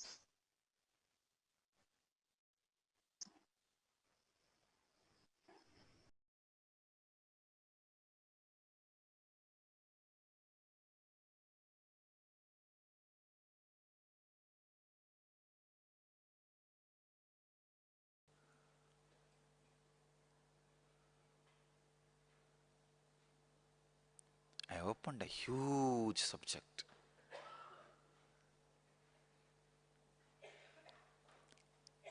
Anyhow, I have to start somewhere.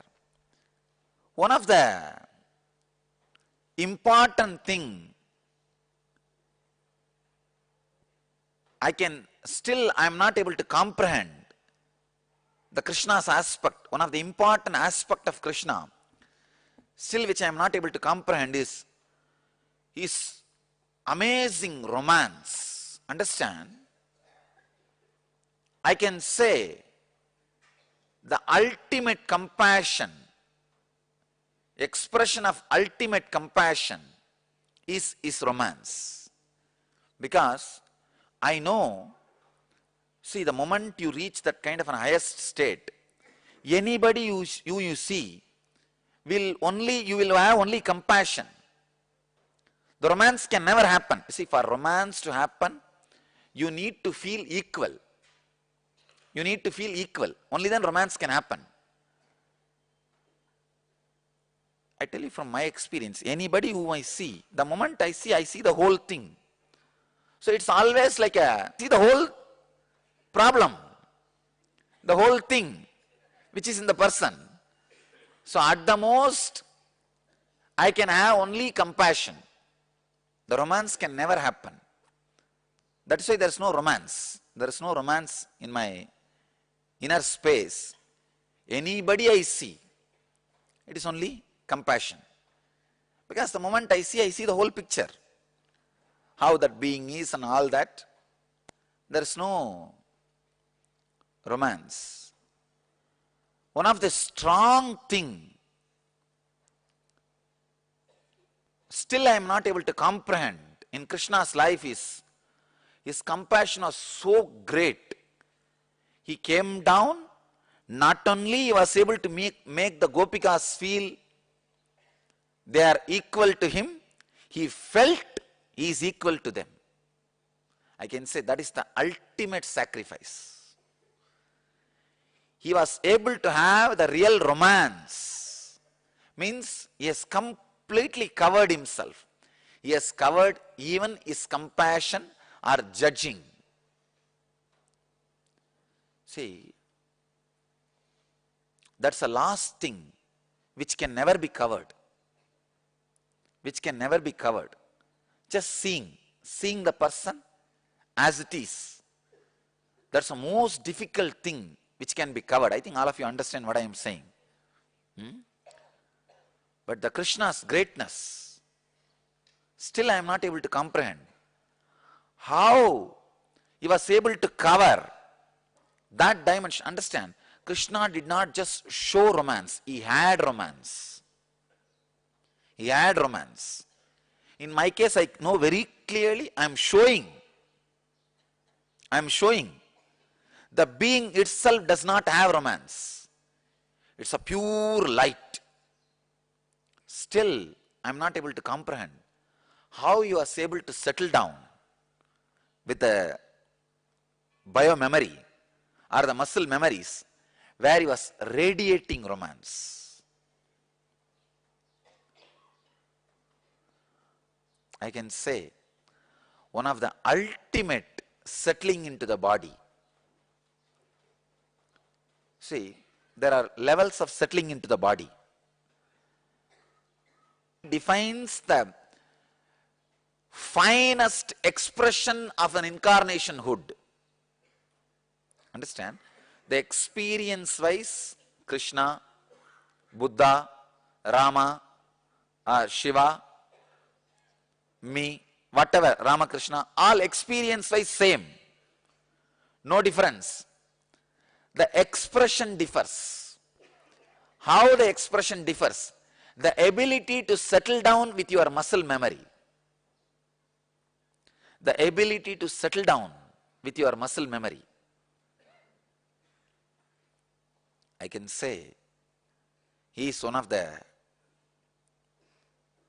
ultimate settling down in the muscle memory. The most colorful incarnation. The most colorful incarnation.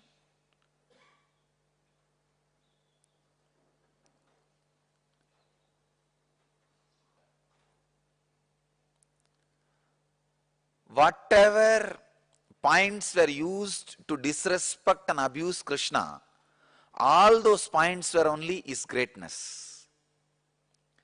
Usually Ras was always disrespected and abused. But these idiots do not know how much it takes to land on the body. If you understand this one truth, that to be in romance, you need to feel equal to people. It is not an easy joke. From that consciousness, feeling equal to people, you can show, even I am managing many times for people to feel that I am equal to them. But I myself feeling was a big job. So the person who wrote the question understand, if I really had romance, I wouldn't have bothered to get married. Because I did not take sannyas to be seated in anybody's throne or any organization. The whole thing is I created. This whole thing is my creation. And I am not bound by any social rule. As a Paramahamsa, even the sannyas rule does not bind to Paramahamsa. See, we don't carry the danda. The person who broke danda and drops it, he does not even carry the rules of sannyas. So, I am not even supposed to wear this cloth. Technically, I am not supposed to wear this orange. I am wearing it for maintenance, that's all, nothing else. Otherwise, the Paramahamsa is not even bound, dharmically or socially, by any rule. It is not any rule. But having the romance is the ultimate landing. I can say the Krishna is the ultimate landing.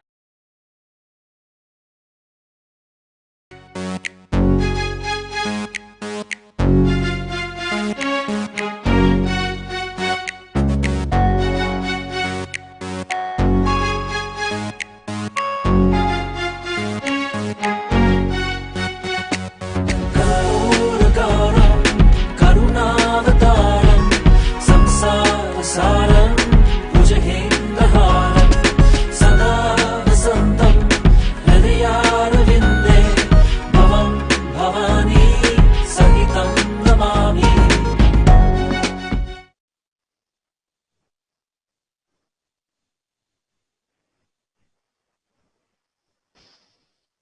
His Divine Holiness Bhagavan Nithyananda Paramashivam beautifully shares, the reason why I am narrating my biography along with all of this is enlightenment will also flower in you. Today, we'll be exploring another fundamental aspect of the grand happening of the avatar, the Leela of disciplehood with Narayana Swami Tata. Swamiji says, Siddha is no effort enlightenment. Just through Siddha tradition, the whole Vedic tradition can be brought alive because Siddha tradition directly contributes. Siddhas don't talk, they just do it. It is one of the oldest traditions. When Swamiji uses the word Siddha, the extraordinary powers expressing that in the physical body. Swamiji says, Buddhism has produced the largest number of enlightened beings. Yoga, Patanjali, has produced the largest number of healthy people in the world. Zen has produced largest number of peaceful people in the world. Gaudiya Sampradaya, Chaitanya's lineage, has produced the largest number of ecstatic people in the world, meaning being in ecstasy. Bhava, singing and dancing. Siddha tradition has produced largest number of miracle makers in the world. Not just enlightened people, enlightened miracle makers.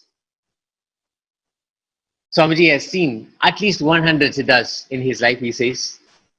When talking about Narayana Swami's Tata, he says he was such a simple man. Swamiji was initiated into the temple outside the Arunachaleshwara, the temple. He was called Totakara Tata, meaning the grandfather who maintains small gardens in and around the temple. That was the way he produced whatever herbs he wanted for his Aushadha preparation. He was a great mantrika. He was a contemporary of Vibhudananda Puri and Yogananda Puri. He used to live on Arunachala and was very adept in the knowledge of all the herbs native to it. Both my gurus, Vibhudananda Puri and Yogananda Puri, would call Narayana Swami to teach Swamiji the science of Aushadha. Because Swamiji had deep seeking at the time, he would go behind any sannyasi he sees. At that time, Narayana Swami Tata used to sit in the Vinayaka temple in Tirumanjana Gopuram street. Swamiji beautifully describes first how a mirror becomes a television. He was a great mantrika. He knew the three shastras of mantra, yantra and tantra deeply. He had the power to use a mirror like a TV or a security camera. He could see anything anywhere using that mirror. He would apply anjanam, an energized black paste on the mirror, and the scene he wished to see would appear on it. Even the police would come to him to find out about any theft.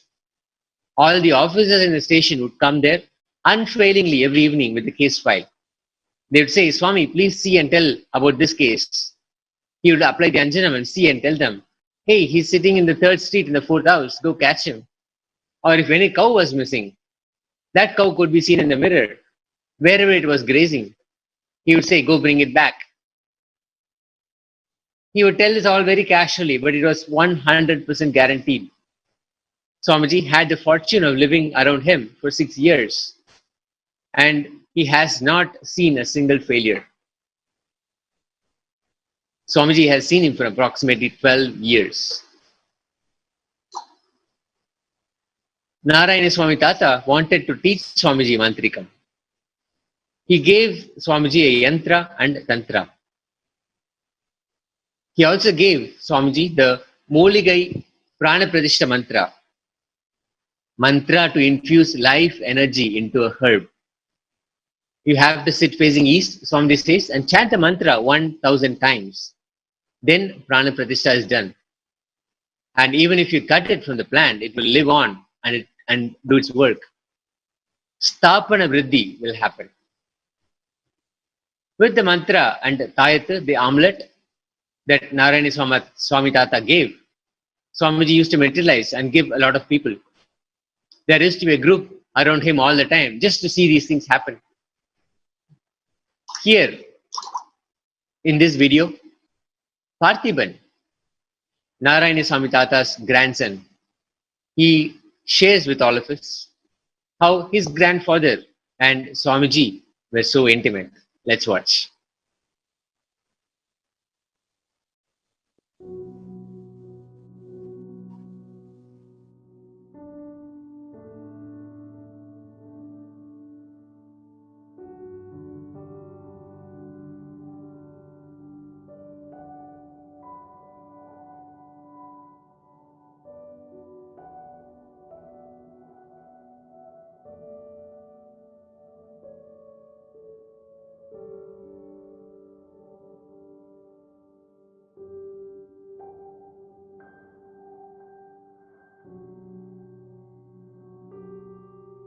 என் பேர் பார்த்திபன், நாராயணசாமியோட பெரிய பேர்.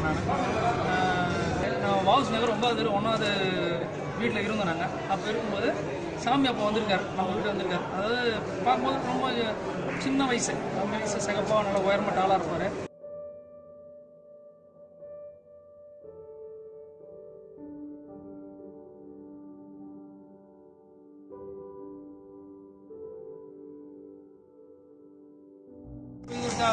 நாராயணசாமி இப்படி கால் மேலே கால் பண்ணுவோம், வந்து அவர்கிட்ட பேசுவார். இவர் என்ன பண்ணுவார், நல்லா குனிஞ்சு உக்காந்துக்கிட்டு 2 பேரும் பேசியும் அந்த ரெண்டு ஜன்னல் திறந்துருக்கோம், வெளிச்சம் உள்ளே தெரியும். இவங்க 2 பேரும் உள்ளே வரும்போது தெரியும். நாங்கள் இப்போ அவர் கிராஸ் பண்ணி தான் போவோம். கிராஸ் பண்ணி போகும்போது அவர் பார்த்துட்டு போயிட்டு வந்துடும். நாங்கள் சாமி போனோம். நாங்கள் நேராக சமையல் அறைக்கு எங்கள் ஹாலுக்கு ரூமுக்கு போயிடுவோம். நாங்கள் அவர் நின்று அவர்கிட்ட அவர் 2 பேருக்கு கிட்ட பேசிக்குவோம். அவ்வளோ உத்து பார்த்துவோம். 2 பேரும் யாராவது இவங்க புதுசாக யாரம்மா என் தம்பி சொல்லுவோம், யாராவது புதுசாக சிக்கிட்டுக்கிறாங்க பொழுது தாத்தா கிட்ட. அவர் போட்டு வர நம்மளுக்கு தான் சொல்லிக் கொடுக்கல, வேறு யாருன்னா சொல்லிக் கொடுக்கட்டும் அவர் தாத்தா அப்படின்னு சொன்னோன்னே சரி சொல்லிக் கொடுக்கட்டும் அப்படின்னு சொல்லிட்டு கம்முன்னு போயிட்டு வந்தோம். ஸ்ரீசக்கரம் வரைவார் தாத்தா, வரைவார். அது இந்த இப்போ தகட்டில் செம்பு தகட்டில் வரைவாங்க.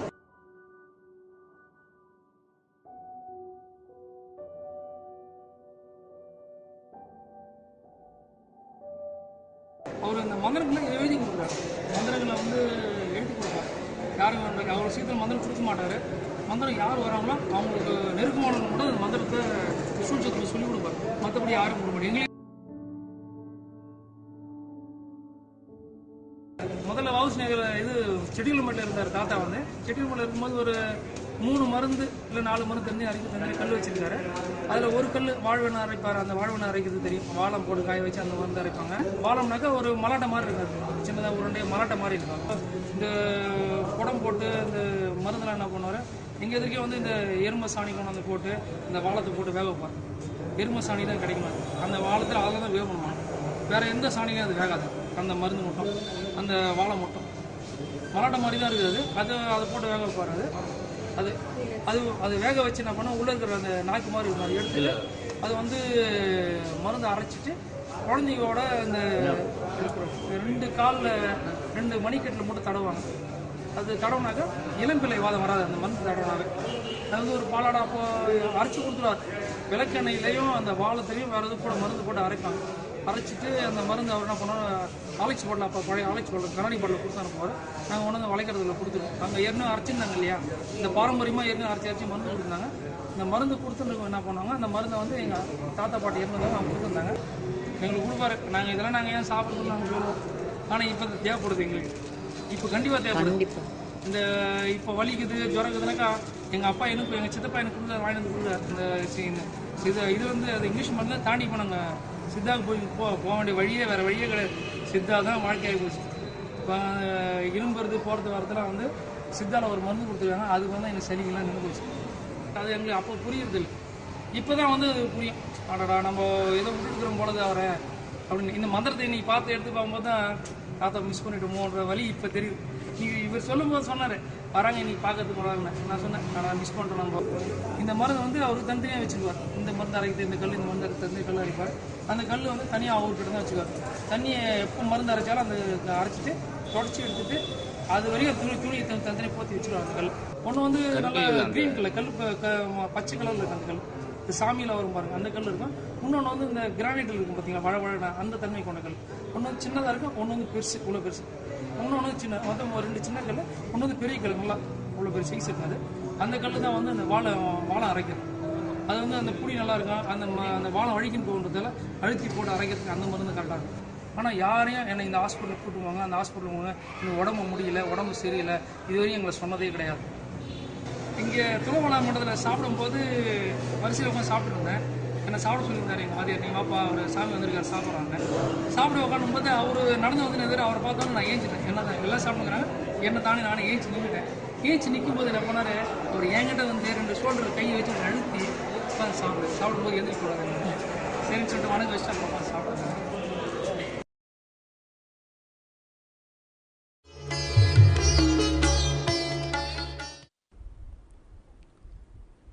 Biggest epidemic going on all over the world, spreading.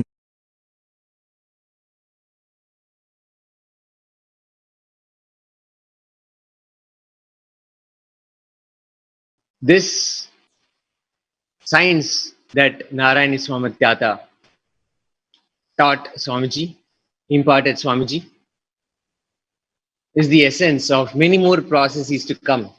The Aushadha process, especially the Blue Whale Challenge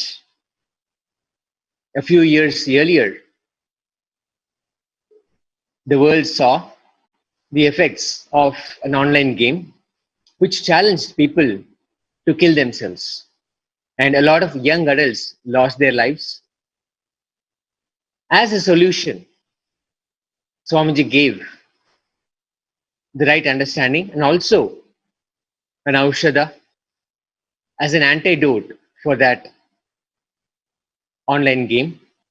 Let's watch Swamiji introducing that Aushadha, also called the Blue Whale Aushadha, as in a blue spear Aushadha, as an antidote for this online game. Let's watch. I don't know how many of you know, blue whales, biggest epidemic going on. No other epidemic, dengue, H1N1 took so many lives. Psychological epidemic.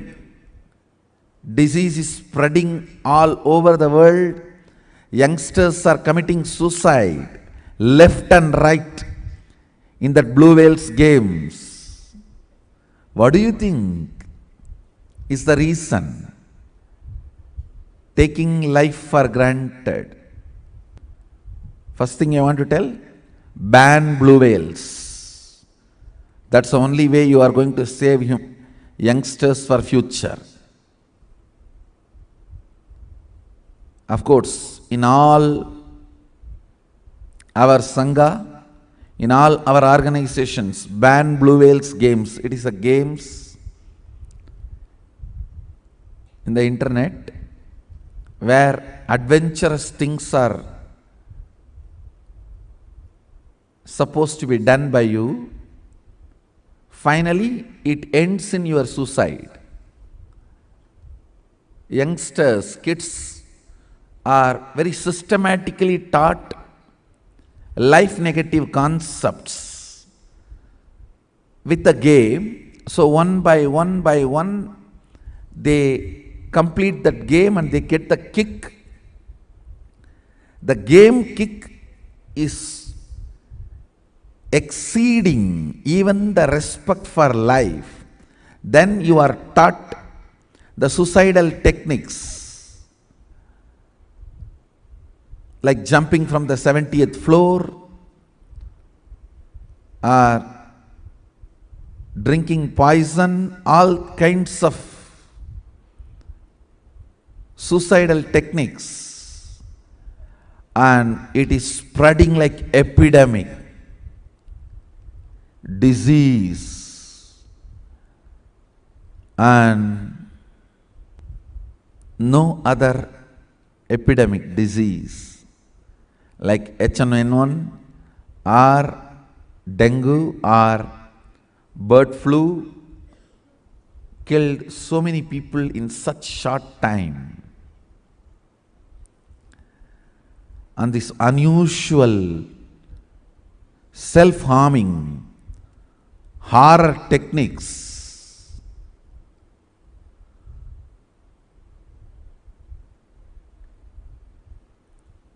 the controlling and manipulating people who are controlling the manipulators of the game finally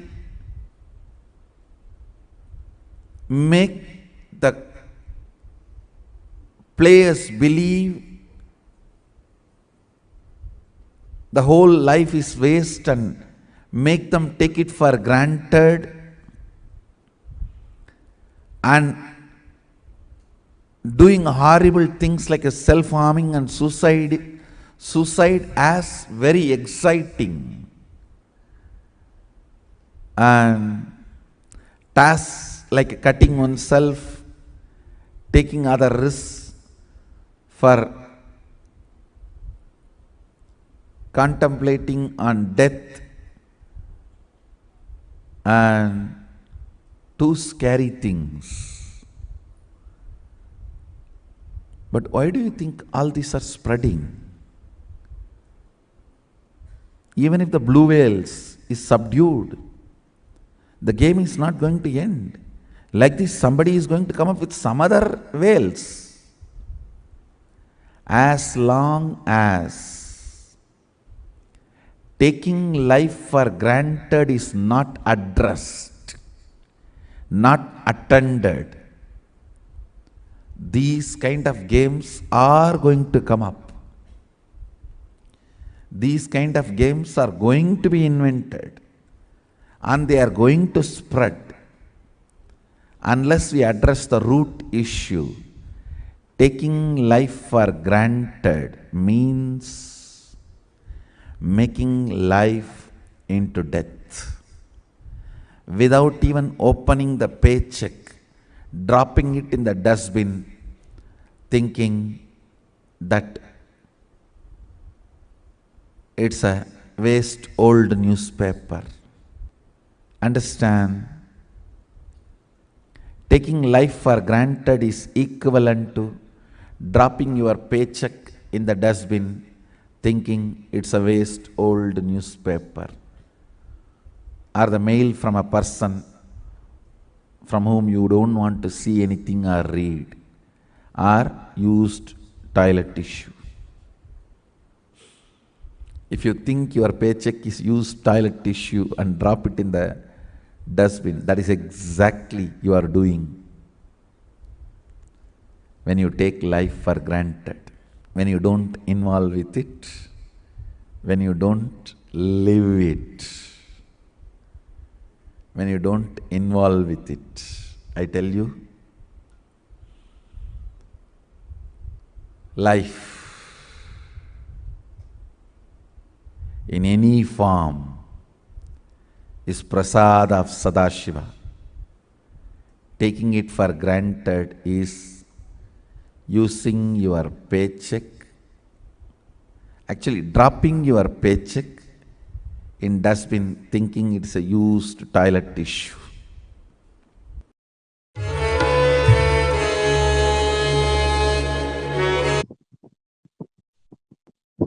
Swamiji shares another anecdote where a curing of fever from the space of Shivoham happened. He says, I used to call him Tata, meaning grandfather in Tamil. He was a true example of a being who was permanently in the state of Shivoham, constantly remembering, I am Shiva, I am the ultimate. One day, Swamiji finds Narayana Swami, Tata, shivering with fever when he comes to visit. He rushes to his side and asks him, Tata, what happened? Shall I bring a blanket for you?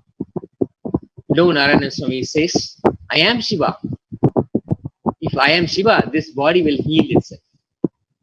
Within a matter of minutes, the fever subsided just by the power of his will, as if Narayana Swami was just shaking off a wet coat. Once, Swamiji actually sees Devi coming and giving him the herbs he needed for his Aushadha preparation. Devi was dressed in a green sari, just like a village woman. Her hands were even a little muddy. She was carrying a basket of herbs in her left hand. She was walking very casually through the bushes and trees on Arunachala, as if she herself had planted them. She looked just like a traditional village woman, but I could see that she was Devi. Devi herself had come down to give what Narayana Swami needed for his Aushadha. Healing cancer with onion skins. Now, Narayana Swami Tata was a very powerful yogi. Once, when Swamiji was sitting with him, a person came to him for healing, a very serious case of anal cancer. He was continuously bleeding. Narayana Swami immediately looked at him and said, you will become all right. Right next to the temple where he was sitting, there was a village onion shop. All the onion skins were peeled and lying in a corner. Narayana Swami just collected that and pressed it in his hand and gave it to him. He told him to make a small pillow with those onion skins and sit on it. In 3 months, the man was healed. Parthiban, the eldest grandson of Narayana Swami Tata, shares his vivid memories of seeing his grandfather and the young avatar spending hours together, literally grinding the knowledge of the Siddha medicines. He says, grandfather will sit with one leg on top of the other. Swami would sit in front of him and bend forward towards him. They would sit very close to each other and talk, looking so intensely at each other. There would only be a 2-finger gap between them. We could never hear what they spoke. They would be sitting and grinding medicine. Grandfather used to teach him to grind. Grandfather's father was Sabapati Pillai. He was called Vaidya, or doctor. His eldest son was Narayana Swami Tata. Sabapati Pillai used to give medicine to all so precisely. He taught it to Narayana Swami Tata. We all never asked him, and he too said there is no need of it for us. The contribution of Aushadha. His Divine Holiness Bhagavan Nithyananda Paramashivam reveals deeper truths about the spiritual academy science called Aushadha. It is one of the 3 methods through which Paramashiva opens up the possibilities of manifesting all the powers, manifesting all the states of consciousness, and exploring all the dimensions of the universe. Aushadha can be herbal combinations, combination of herbs, prana, cosmic force energies, ultimately the Shaktipada of Paramashiva. Recently, the world saw a dangerous online game for kids, which challenged the players to end their lives. When so many young adults died in connection to the game, it became evident how a society can run into ruins in the absence of spiritual fundamentals, in the absence of an incarnation to carry us through every moment.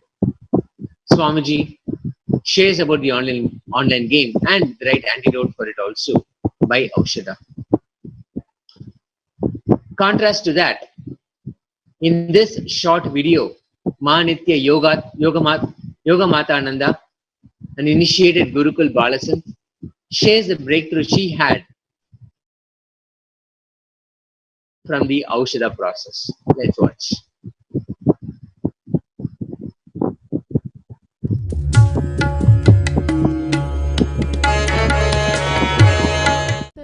Nityanandam. My name is Manitya Yoga Matananda. So today I want to share my breakthrough and my experience from this Aushadha process. So yesterday we all had the Aushadha applied on us, and Swamiji just told us to start manifesting the powers.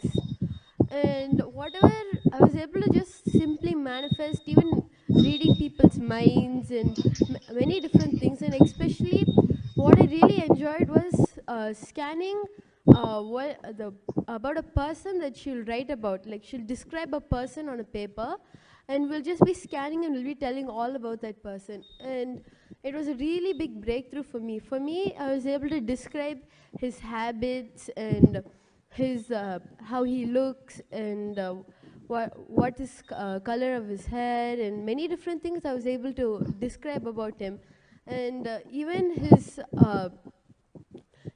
how he does his things, like if he's how his temper is or how his mood is, or many different things I was able to do. And also one more big breakthrough for me was the GPS. I was able to locate like from a place from one of the Balasan's house to another of the Balasan's house, and all this different powers I used to really never manifest that well before.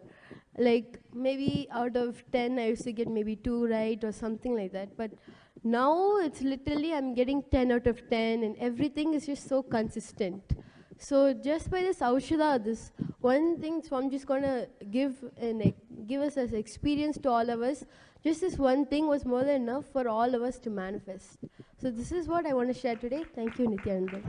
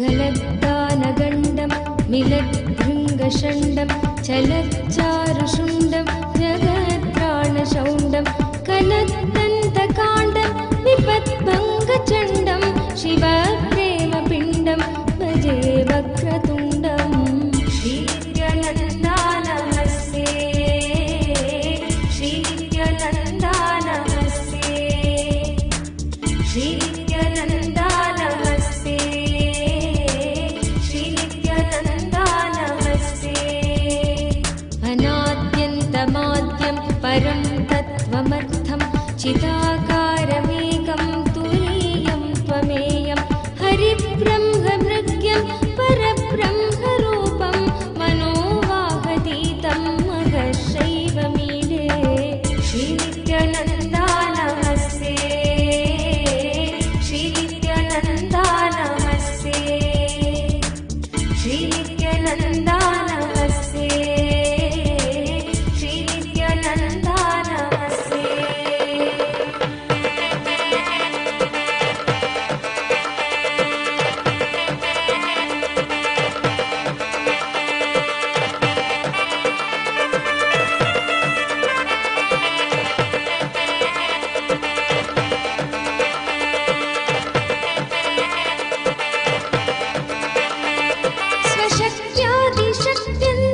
स्वशक्त्यादिशक्त्यन्तसिंहासनस्थं मनोहारि सर्वाङ्गरत्नोरुभूषं जटाकेन्दुगङ्गास्ति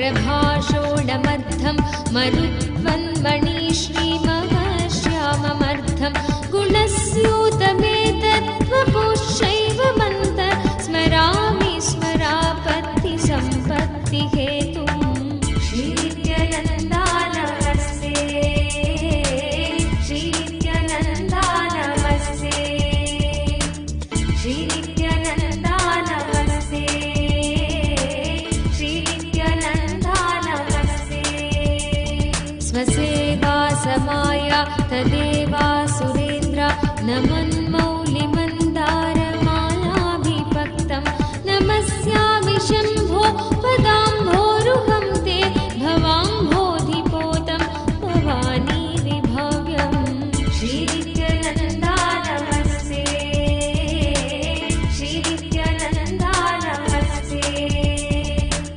श्रीनित्यानन्दा नमस्ते श्रीनित्यानन्दा नमस्ते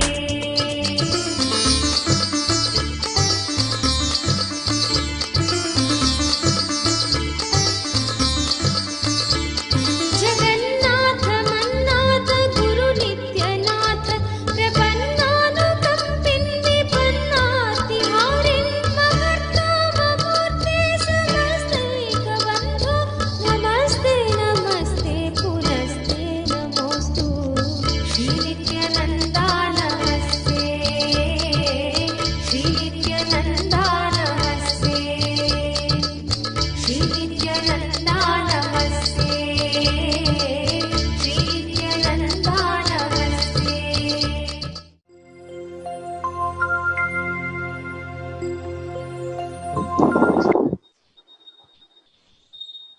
Once again, a reminder that tomorrow, June 21st, 2020, 6:30 a.m. onwards, there will be a special power manifestation that protects from all poisonous bites. You can log on to paramashivoham.org and register yourself and join this event. It is now time to prepare ourselves to be in Upanishad with His Divine Holiness Bhagavan Nithyananda Paramashivam. Let us make a conscious decision to be in a space of deep listening with simple integrity with Swamiji, that we are here, open and available to receive the revelations of Paramashiva. Let us chant the Mahavakya initiated by Swamiji. Om Nithyananda Paramashivoham. Om Nithyananda Paramashivoham. Paramashivoham. Om Nithyananda Paramashivoham. Om Nithyananda Paramashivoham. Om Nithyananda Paramashivoham. Om Nithyananda Paramashivoham. Om Nithyananda Paramashivoham. Om Nithyananda Paramashivoham. Om Nithyananda Paramashivoham. Om Nithyananda Paramashivoham. Om Nithyananda Paramashivoham. Om Nithyananda Paramashivoham. Om Nithyananda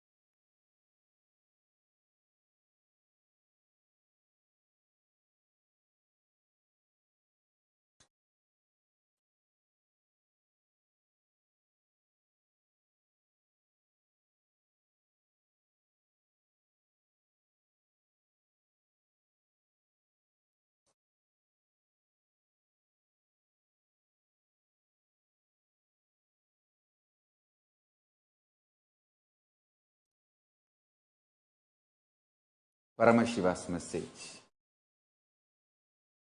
directly from Sri Kailasa. Listen. Tyaga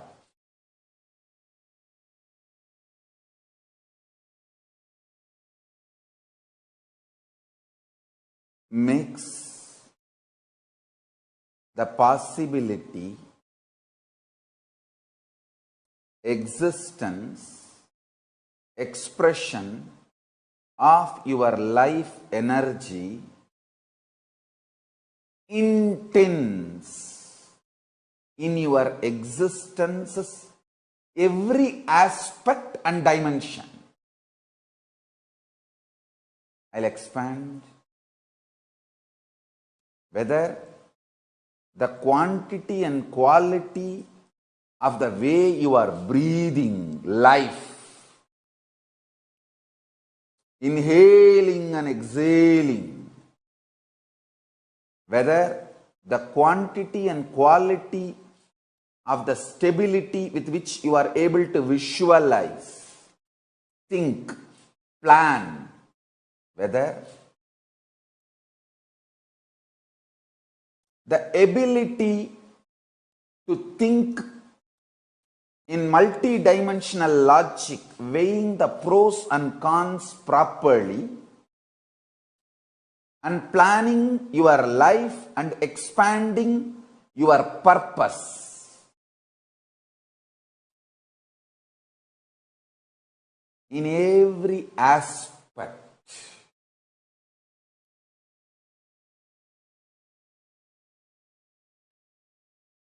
The quality and quantity of the way you exist is intensified through tyaga. Sacrifice even your idea about goals. The real goal will appear in your inner space. Sacrificing pleasure is very easy. Sacrificing your pain is the real tyaga. Understand? Sacrificing everything which gives you pleasure is very easy. Sacrificing your guilt, your pain, your feeling you are not competent, your feeling of failure. Understand? When there was an attack on you, naturally,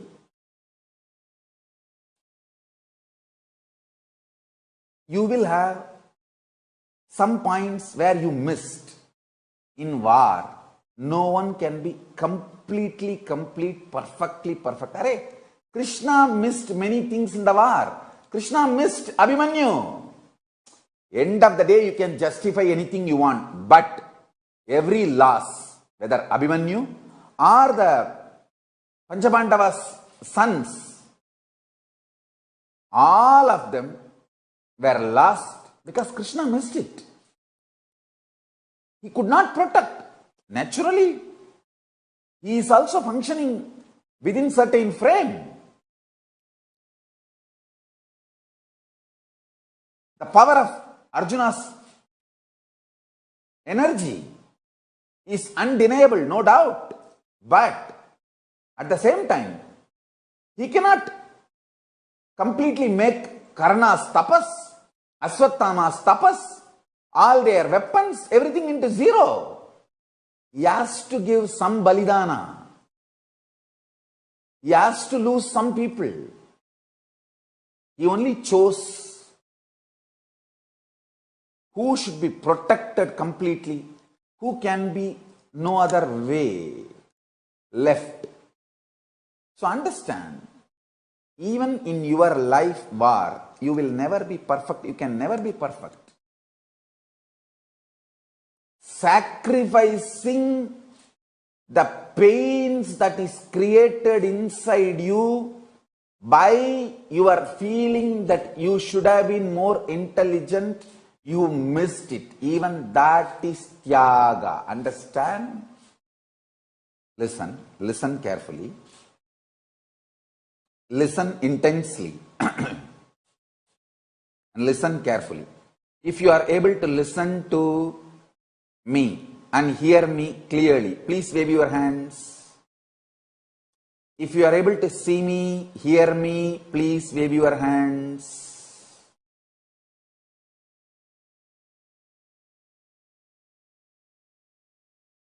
If you are able to see me, hear me, please wave your hands.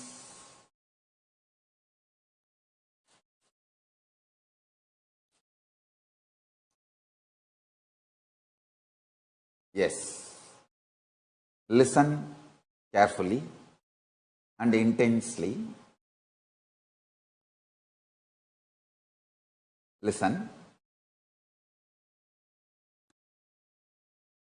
All wars should be avoided for the larger good of the humanity. But if war is forced on you, you should be very clear. You will never be a perfect strategist. Maybe winning strategist. You might have won the war. That does not mean you are a perfect strategist. There will always be one or two places where you will repent later on that you should have done a better decision. Whole life, if you look at the reality, listen. You should listen. I gave the example of war. Now I am going to the next example. Your past is not dead as you think. Your future is not unborn as you think.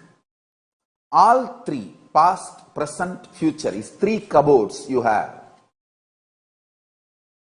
You can pick and choose what you want now. In the past, there were 1,000 good things, 1,000 bad things. You can look at the 1,000 good things and feel empowered, energized. Or look at the 1,000 bad things and beat yourself with the pain, guilt, suffering. Future, there is going to be 1,000 good things. You can look at all those 1,000 and decide to manifest all those 1,000. Keep yourself busy with that, all those 1,000 and live a great life of Paramashivatva. Or 1,000 bad things. You will have your pen broken. You will have your car tire puncture. You will have a red signal while you are going to be driving to some great things. You got $1 billion won in the lottery, but while you are driving to deposit that lottery ticket and receive the money, your car may have a red signal on the road. You can be thinking of that red signal, worry and collapse, fall in insecurity, or celebrate about that $1 billion you got in the lottery. It's your choice. Understand? In the past, you have a full freedom to form opinion about your past, and you have full freedom to create the possibility of your future. This clarity you will get only if you decide to do Tyaga. Listen. I am freed. I declare boldly. I am freed, liberated from sufferings once for all. Suffering related to past, suffering related to future. Because I decided to do Tyaga. Understand? You can always sacrifice the achievements, pleasantness, bliss, joy related to your past. You can always forget that you completed PhD. But you can never forget you got delayed for one of your examination because you spent time with your girlfriend, or you slept and you did not appear for that examination. That pain you will be carrying even now. sacrificing the past related pains, understanding even factually, many of your pains are unjustified and incorrect. Understanding even factually, your pains are not supported, justified by the reality, real happening is completion. I am repeating. Even factually, as per the real happening, what has happened, if you look what has happened from all dimension, even your pains are not justified. Your pains are not really right. Even your pains do not have justification to exist in you. If you see the past happenings multidimensionally, is completion with the past. I tell you, how much ever you say, no, I know I have some pains which are absolutely justified. No. You may be Guni, you may be Kaikeyi, you may be Surpanaga, you may be Danganaka Duck, Danganaka Dick, I don't care. You are wrong.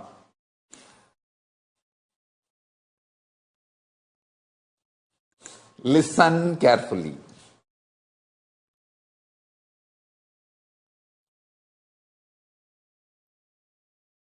Listen again. I am repeating.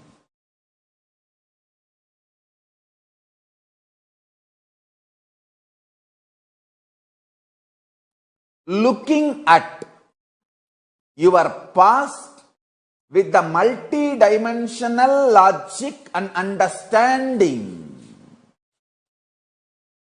and waking up to the truth, your pains, your sufferings are not justified even logically, even factually, even as per the reality of happening, is completion. Doing tyaga of the false idea, many wrong things have been done to you. Lot of injustice is done to you, is the real tyaga. Understand, only if you have done the sacrifice of your pain and justifications for your pain, you will understand even in the past you existed as Paramashiva, and you will gain confidence. Even in the future you can manifest your Paramashivatva. This is the fundamental truth.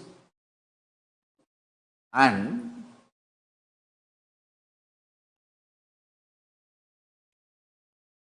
there will be gap between what I am saying, what you think as your reality. I know there will be few people saying, no, Swamiji, you don't know my life, Swamiji. You don't know my life. I have pain, I had pain, and it is justified.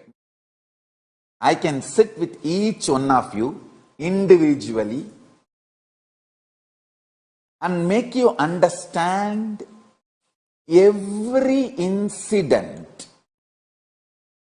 every time you felt you have been wronged, injustice is done to you, you have been given pain, you have been a victim. Every situation, I can take it out and show you multidimensionally and make you understand you have not been wronged. Even the facts, you got it wrong. That is why you feel you have been wronged. Understand?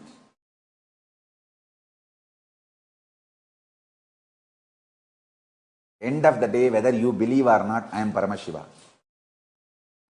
From that space, I am talking to you. And I am here to expose your false identity to you and make you real Paramashiva. Understand? When I claim I am Paramashiva, I am not claiming exclusivity. I am claiming my reality and your possibility. I am not claiming anything exclusive. I am claiming my reality and your possibility. That is why I am saying, I have changed the word. I am also Paramashiva. I am not going to claim anymore, I am Paramashiva. I am going to claim only, I am also Paramashiva. Understand? If I am successful in making you sacrifice the one pattern, you have been wronged. There was many injustice done to you. You have been victim. You have been cheated. Life has tortured you. Life could have been little more better. Life could have been, I should not have tortured you so much to make you go through so much to make me understand this simple, straightforward fact. I should have got it the day one you told me. Understand, it is simple, straight reality. Looking at the multidimensional, logical way, your past, much of the toxins in your past will just melt away. Your past cupboard, so much diamond is there, but you put all the dirt, poison, toxins covering the diamonds. If you just sacrifice this one pattern, so much wronging, you have been wronged so much. There was so much injustice, I tell you. It is such a cheap pattern. I can give you one small game. You try. Go and tell all your friends, family, whoever you know. Tell them, I have the power to predict your past. See your whole past and tell you. They will think, okay, all right. You fellows are going around all the time telling you have a power manifestation. Come on, try on me. They will tell. Then you use these words. You have been wronged so much. You have been victim of so many sufferings. So much injustice is done to you. All these words you use on them. They will say, yes, yes, yes, yes, yes, yes. How do you know so much, so detailedly about my past? Oh God. One fool cheating another fool is called astrology.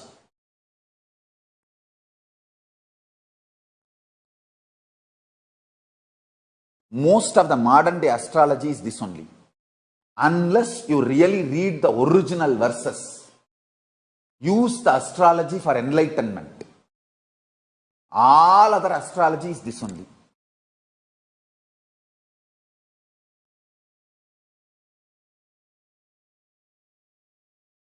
Technically, use these words. People will say, oh God, you are such a powerful person. You know my past completely. The whole, you should tell that inside your mind you will tell, I am carrying the same shit you are carrying. Will I not know the smell of your shit? Because I know the smell of my shit so much. I tell you.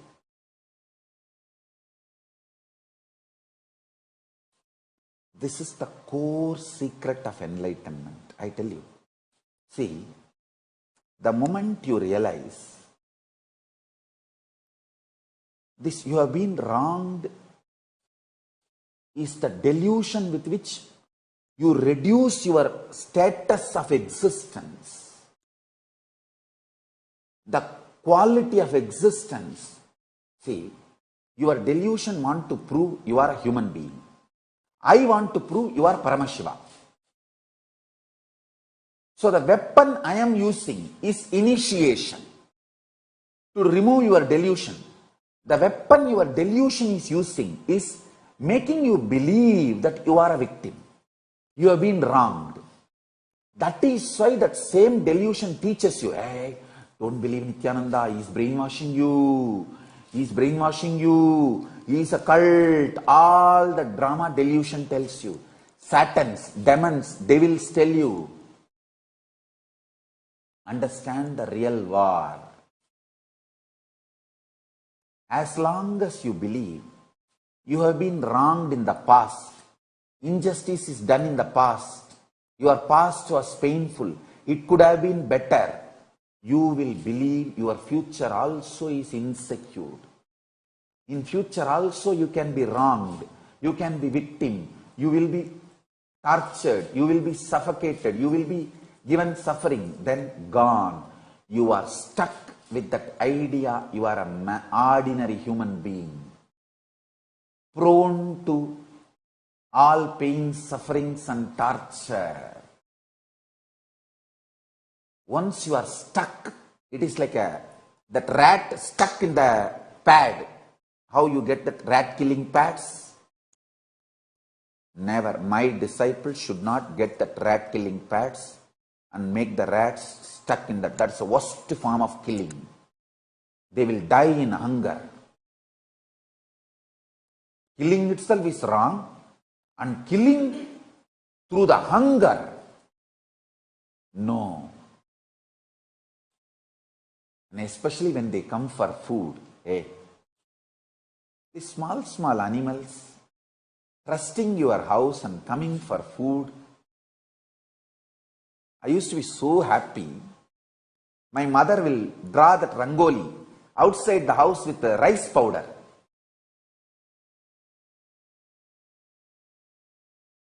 Because for all these small creatures, that is a food. She will tell that for all human beings, we give bhiksha. Na? So for all small animals, rats and small ants, other insects, how to give bhiksha? This is the way to give bhiksha. Every day they will put the rangoli with rice powder. For all that small creatures. Never my disciples can use mouse glue pad. No mouse glue pad. Animals die by hunger. Don't you understand? They also have family.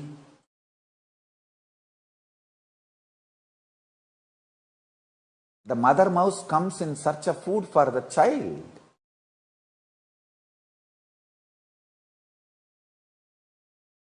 Anyhow, listen to this. Listen to this. Actually, when you stop torturing yourself with your pain, you will become such beautiful tyagi. You will have so much love for yourself and for every being. Because all your blind spots should have been burnt away by tyaga. You will be a pure life positive, shining like a gold. Pure life positive, shining like a gold, I tell you.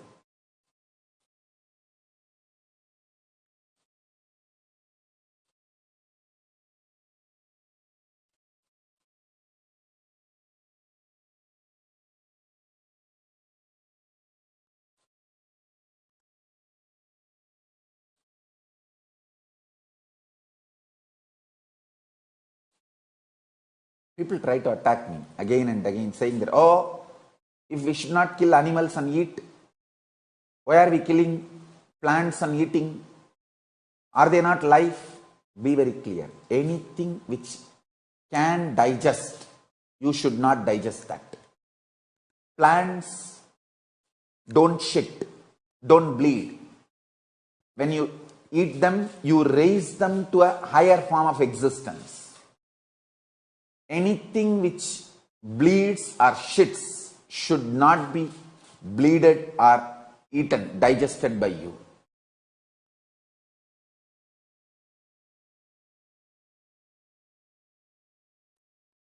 Anything which bleeds or shits, don't bleed them, don't eat them.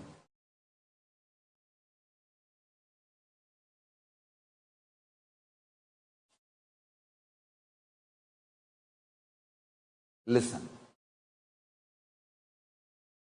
Listen to this carefully.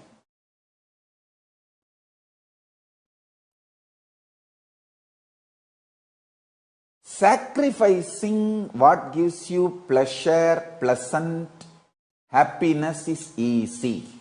But sacrificing your pains, justification for your pains is the real tyaga. Please do that. Consciously decide to do that. And today declare your integrity to me. I will make you do that. I will empower you. I know in your brain which grooves are calcified due to the toxins and toxic mental setup. I'll flood Kundalini energy into that and clear it away. See, all these homas, for example, this Swarnagarshana Bhairava Homa we are doing in Houston. All these homas are nothing but opening those brain grooves inside you which destroys your possibility and cleaning them up with high Kundalini Shakti. That is all, is the whole purpose of these homas. And we go on doing all this to support you, help you to manifest the best things in your life. I tell you, our ancestors, the rishis and munis, are not fools, not cheats. All these homas, especially done properly, especially with the spiritual process associated to it.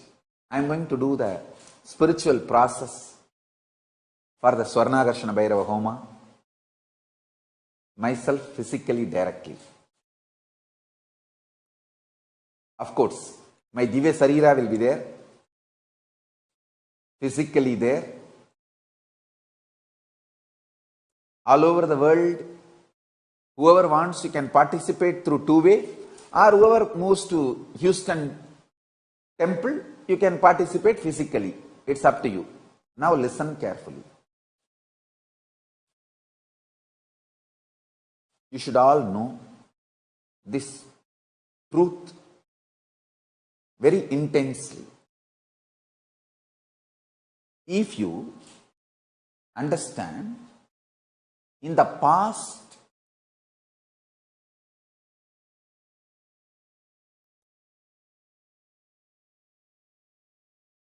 you lived with the delusion you have been wronged. And society's idea of what is wrong has been pushed on you. And you are made to believe you have been wronged. I tell you, if you liberate yourself from this one pattern, I can give you so many powers, not just powers. I can literally replicate Paramashiva from me into you. Not only I am Paramashiva, I have many Paramashiva babies. I can put one baby in your heart. And you can keep cutely and groom them. Groom that baby. Paramashiva, Paramashiva, Paramashiva, Paramashiva, live happily inside me and manifest and occupy me and take over me.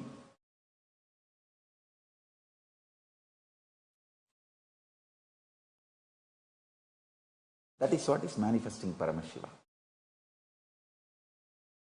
Just this one truth. Listen again and again, I will repeat. If you complete with your past, means understanding you have not been wronged, there is not injustice, there was no real pain,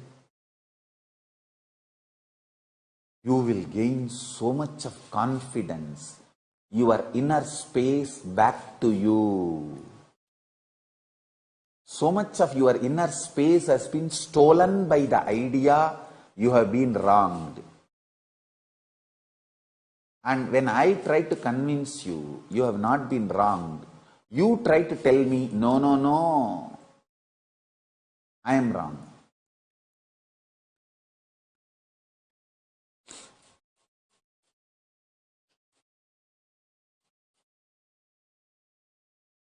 Your emotional upsurge does not justify the foolish, stupid patterns you carry. Emotionally you say, no, no, Swamiji, I have been so much wronged, I have been a victim, I have been a victim. How can you take away my victimhood? That's the only thing left with me. Please at least leave that to me. ஐயோ நான் என்னடா பண்ணுவேன் இதுகளை. Hey, drop your victimhood, I will give you Paramashivatva. See.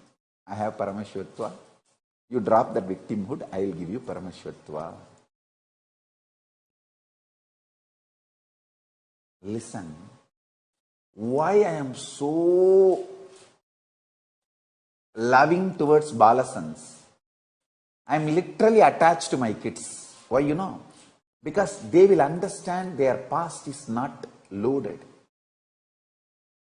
And they will understand they have not been wronged.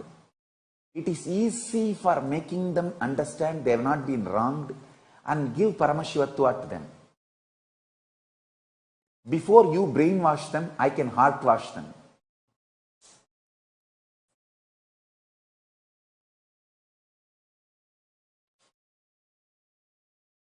Like how Arunagiri Yogeshwara made me understand every inch of the life.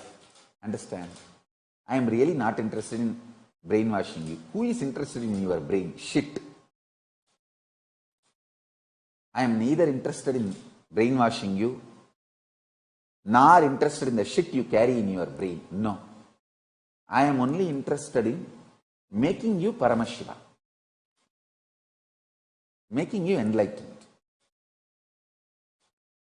Making you manifest your Buddhahood. Making you manifest your Shivahood. Understand?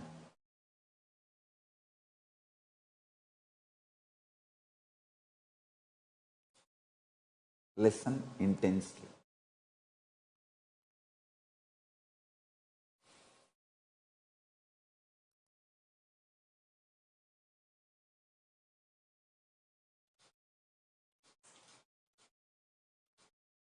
Listen carefully.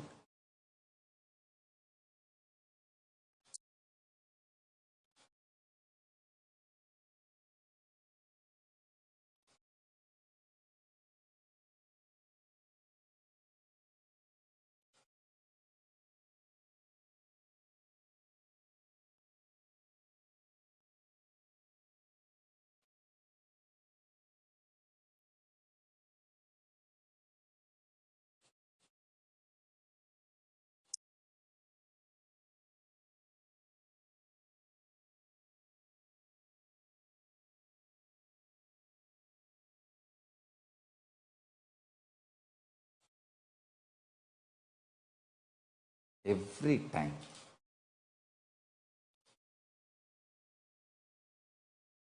you feel you have been wronged in the past and you think about it, you reduce yourself to the level of shit, human being. Every time you complete and wake up to the reality, you have not been wronged. You entered into a game where you should know what can happen this way, what can happen that way. And knowingly you entered and you got this way or that way. That's a part of life. There's nothing called wronged. You go on telling, no, Paramashiva could have been a little more compassionate to me. He could have been a little more loving towards me. Life could have been a little more compassionate towards me. A fool. Life is still alive in you is the ultimate compassion life can do to us. Why don't you understand that? Still, life is breathing in your body, through your lungs, through your heart, through your existence. He is manifesting. That's the most compassionate thing. Atma Tattva is the greatest gift Paramashiva can give. He has given that to us.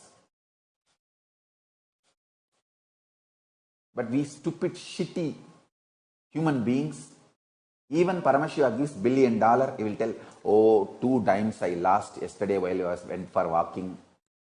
In my purse, I kept 100 cents. And when I came back and counted, it was only 98. 2 dimes got lost.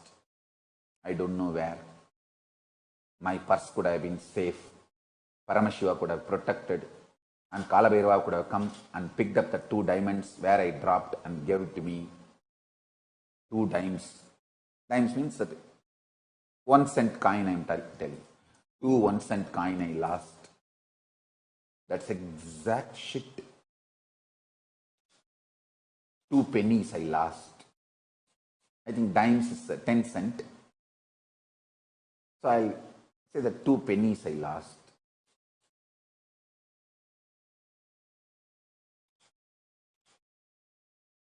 Understand.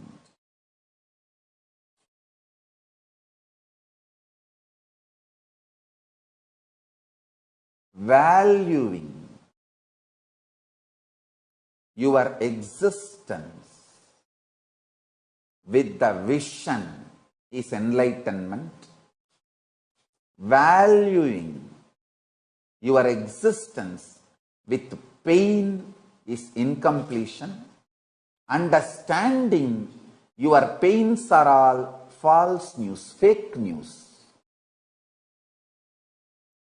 is completion. I tell you. Many times I have seen,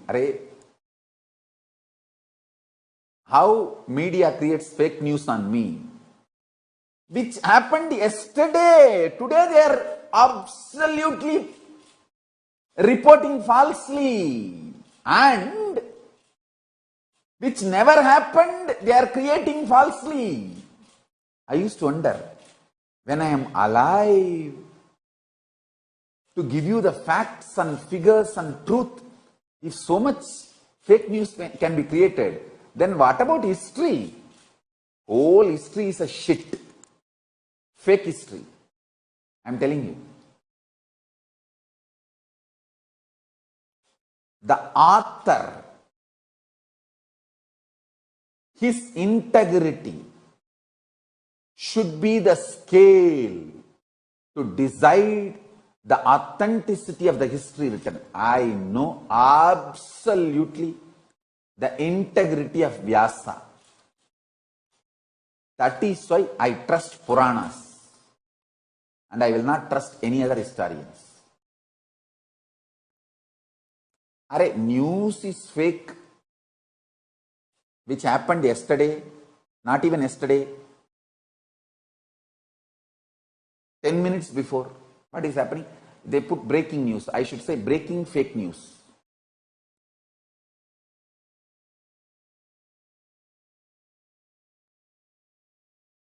Actually, they break the real fact happened and present. That is why it is called breaking news. They break the real thing which happened and present it to you as a news. That's why it is called breaking news. The news can be so false and fake. How can the history be the truth? Anyhow, you carrying false narrative, false news, fake news about your past is incompletion. You coming to the reality, understanding about your past is completion, and you sacrificing everything, doing tyaga of everything, the whole shit is enlightenment. That's all. Drink the juice of enlightenment by tyaga, which is inside you. That juice of enlightenment is what I call Amrita Tara, which is inside you, your Ananda Gandha. When you decide to do tyaga,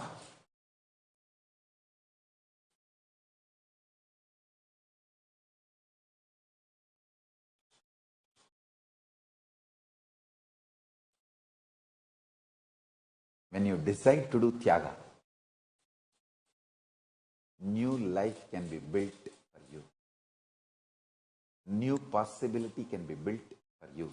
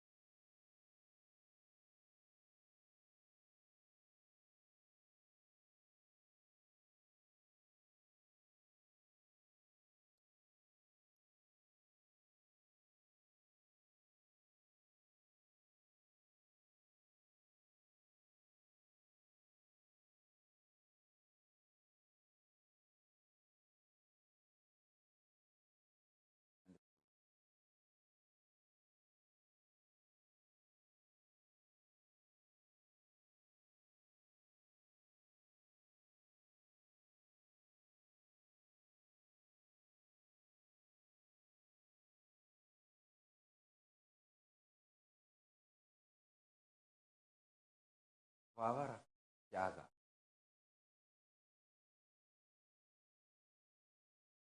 literally makes your bones stronger. It makes your very existence so powerful and strong.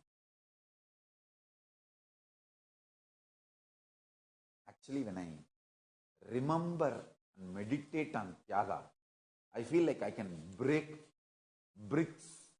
How these martial arts masters, the black belt in karate, Ma Muktika is karate black belt. How these karate black belts can break bricks, tiles. I literally feel my bones are that strong. I can break bricks, tiles, wooden logs with my bare hand. I feel that kind of strength.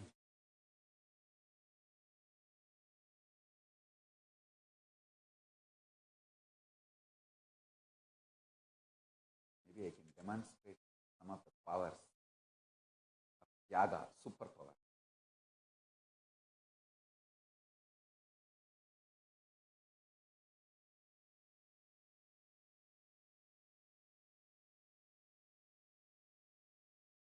I literally feel I can just blow through my mouth, that air can lift hills and move them.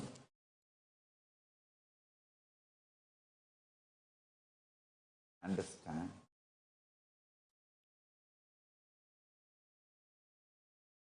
Tyaga is superpower.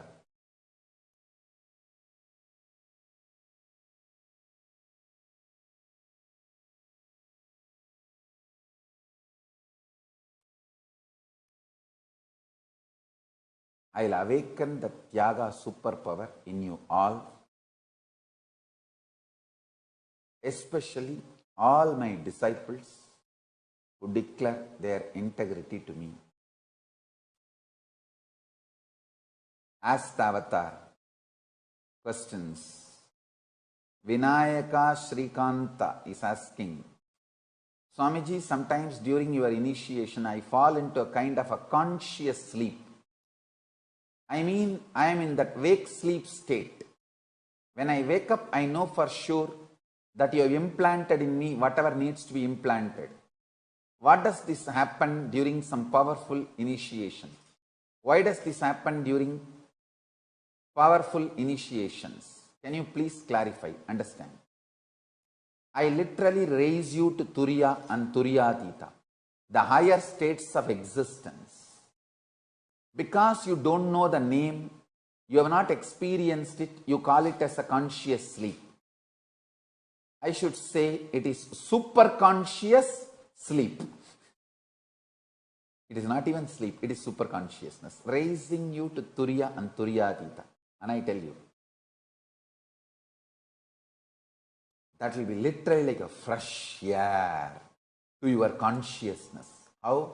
When you go for some vacation, huge beach, large, hilly sceneries, ocean, the forests and all that gives you kind of a fresh breath. I tell you. Same way, this conscious sleep, the higher states is like a fresh breath for your consciousness. Hope and trust, feeling powerful about life. I am powerfulness of life. That is why all people who attack me are so brainwashed with powerless ideas.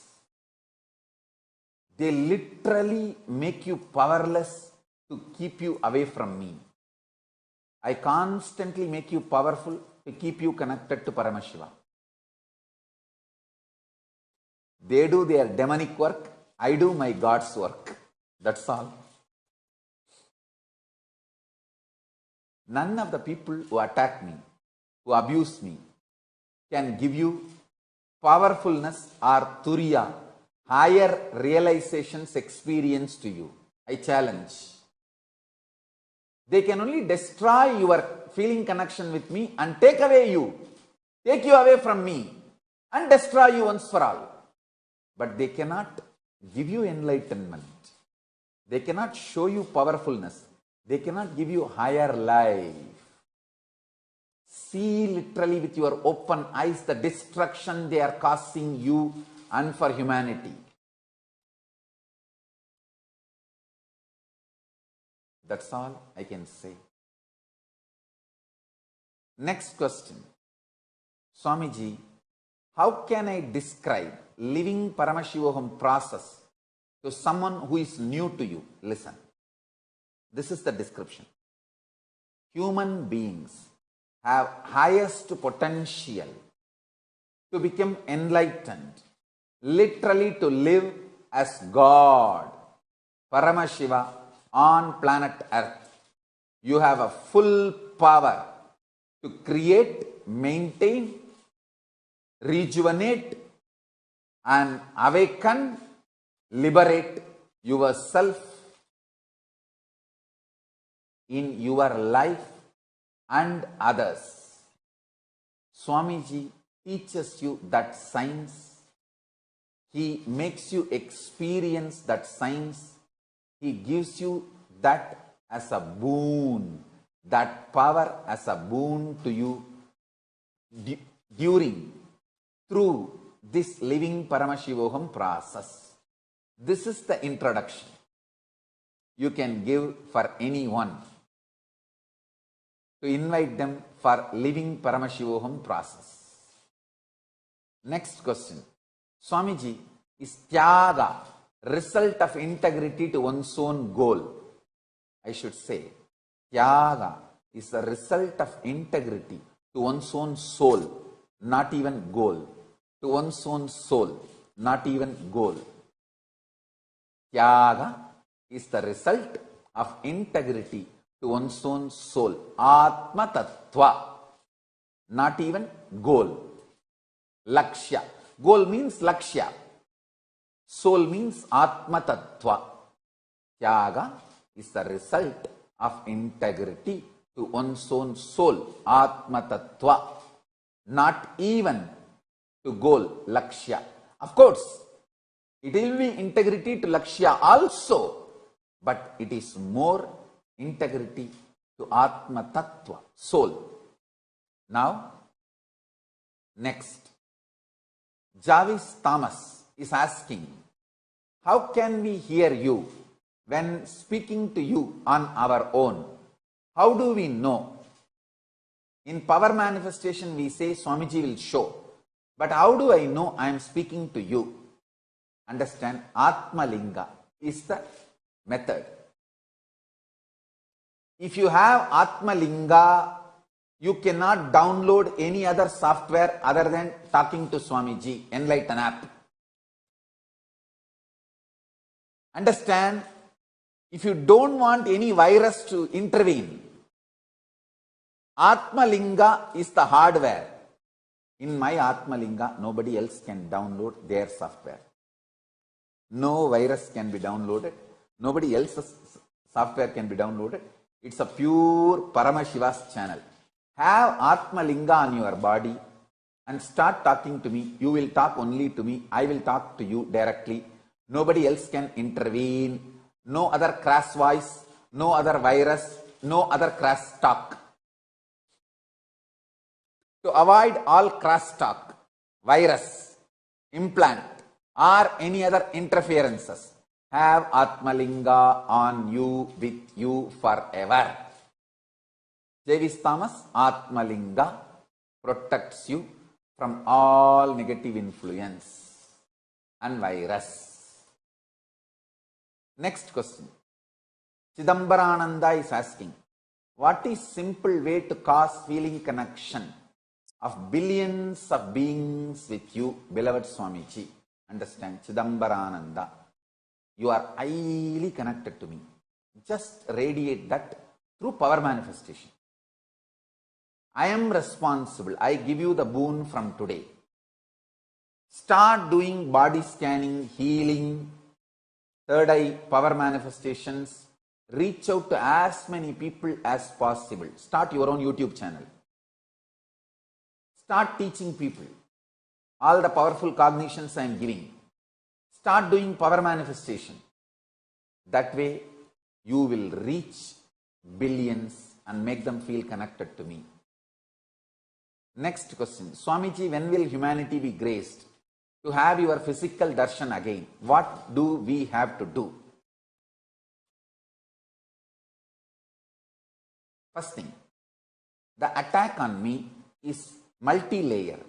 One, creating large amount of hate speech, atrocity material through false accusations, and by repeating them and creating false evidences, through that creating fake news and fake narrative, and creating large hatred, atrocity material, hate speech, through that instigating many people who are not even directly involved with my life, instigating them to kill me, assassinate me.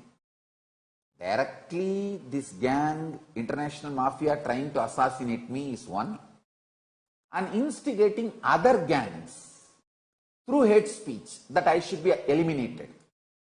This is the way the attack works. And then lawfare, filing false cases, making the police and other organizations believe, making them believe I need to be eliminated, filing false cases, all these multi-level attacks. If you want humanity to have my physical darshan, you can do two things. One, listen carefully. Working on diplomatic relationships with your country. Almost in 100 countries we have temples, ashrams, adhinams, organizations, legal bodies supporting Kailasa. all those bodies can reach out to your local foreign minister, local Ministry of Foreign Affairs, to your government, and start building diplomatic relationships, getting embassy established.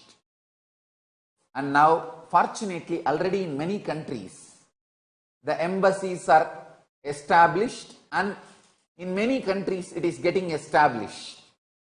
And I am going to start traveling to all my embassies of Kailasa, and give physical darshan from those embassies.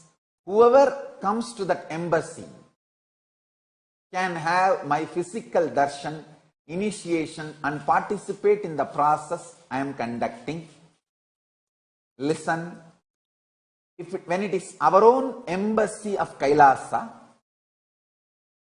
we can have our own private security, and legally I cannot be harassed, arrested, or no lawfare can be done on me. So the best protection is get diplomatic relationship with your local country. Many countries are actively working, establishing diplomatic relationships with the local countries, and employing, appointing honorary consuls, consulate generals, and getting embassy status, embassies established. I am so happy about all these activities. Soon I will release set of legally acknowledged, legally established embassies, and I will start giving darshans, physical darshans, physical initiations, means physically the body I am carrying, through which I am operating. That body will be there giving you all physical darshan and conducting spiritual process, homas, pujas, initiations, accepting pratyaksha pada puja, giving boons, all these, whatever I used to do in Adi Kailasa and more. All these activities will be soon conducted in the set of embassies which I will be releasing soon. And for the sake of security, we will be giving darshans, classes, programs. Soon there will be programs conducted, Paramashivoham, Inner Awakening, all that in our embassies. Many countries we have already established legally recognized embassies with those countries. In many countries it is getting established. Soon I will start traveling to our embassies and give darshans, classes, programs, energy darshans. Two reasons. In our embassy means we will have our own private security. So assassination attempts is not possible. Second, we have our own legal protection. So lawfare is not possible. And they cannot create further atrocity materials, fake narratives, fake accusations, false accusations, scandals, rumors, fake news, all that is not possible. In our own embassies, they cannot create fake evidences. So, oh humanity, I am so happy to convey this to you all. Many embassies are ready, established. I am waiting for some more embassies to happen. And then I will declare the whole chain of embassies and the route I am going to be traveling, the dates and time of the program, everything will be announced soon. That will be physical, means physically the body I am carrying with flesh and bones.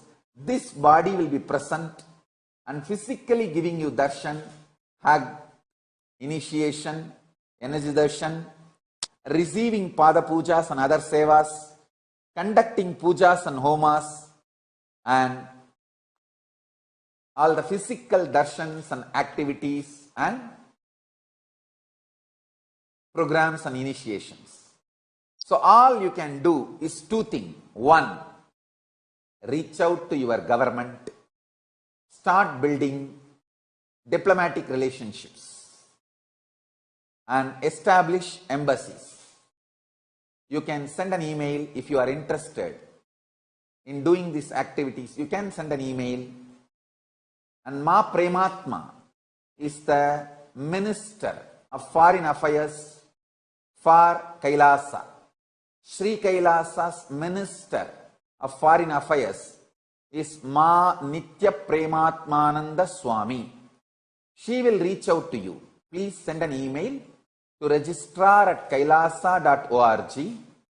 Ma Nithya Prematmananda Swami, who is looking after all these embassies all over the world, Foreign Affairs Minister of Sri Kailasa, will reach out to you. You can establish more embassies, and soon, and I am also settling down into the body more. You see, as on now, I am like a nuclear power center. It's very difficult for a common man even to handle the power I am manifesting. So I am also settling down, making sure that I am able to share it in the frequency you receive. And then the world tour of Paramashiva will start. Soon I'll start giving darshan and blessings, initiations in all our embassies. Officially, legally established embassies with a very legal protection standards as per Vienna Convention, as per United Nations standard. We have established diplomatic relations and embassies in many countries. We are establishing more. Please start working with your government and establish embassies and diplomatic relationships. That's the best thing you can do. If you want, humanity should have my physical darshan and physical experience of enlightenment, darshan, initiation and everything. That's it. So now I have a great gift to all of you. Today, Vijayotsavam is starting, 10-day celebration from March 1st to March 10th. Paramashiva's victory over negativity, demons, devils, rakshasas, rakshasis. Paramashiva's victory over all these negativities. And Jivan Mukti Jayanti on March 3rd. I am blessing the entire humanity with the Living Enlightenment e-book in more than 25 languages with my own autograph. Understand, my own autograph. First ever release in print. In digital version, Living Enlightenment book in 25 international languages: English, Tamil, Hindi, Portuguese, French, Gujarati, 25 international languages, Chinese, 25 international languages with my own autograph. Today I am giving this as a gift to all of you. Download and share it with as many people as possible. Enrich and get enlightened. Share and celebrate. You can also share your experiences and click which you got from reading this great book. I tell you, this book is literally feet of Paramashiva. When you hold this book, you are holding the feet of Paramashiva. It's not just book giving only powerful cognitions. This book will give you even powers. So let me start the initiation. Today,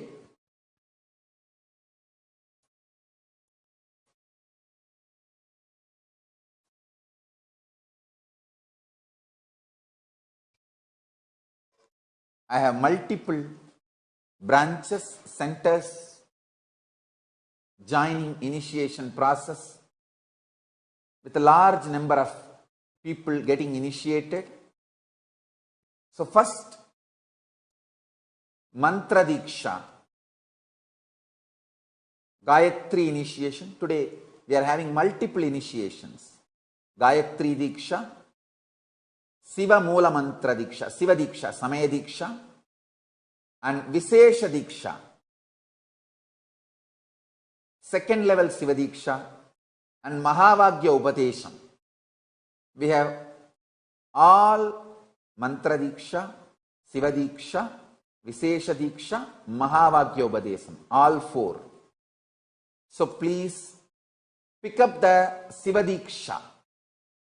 First Gayatri Diksha and then Siva Diksha. Pick up the leaflet of Gayatri Mantra in your hand and recite the mantra along with me. Om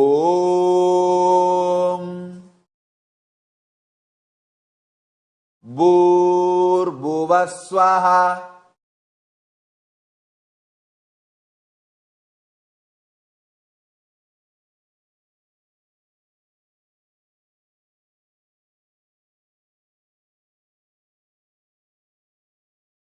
Paramashivoham.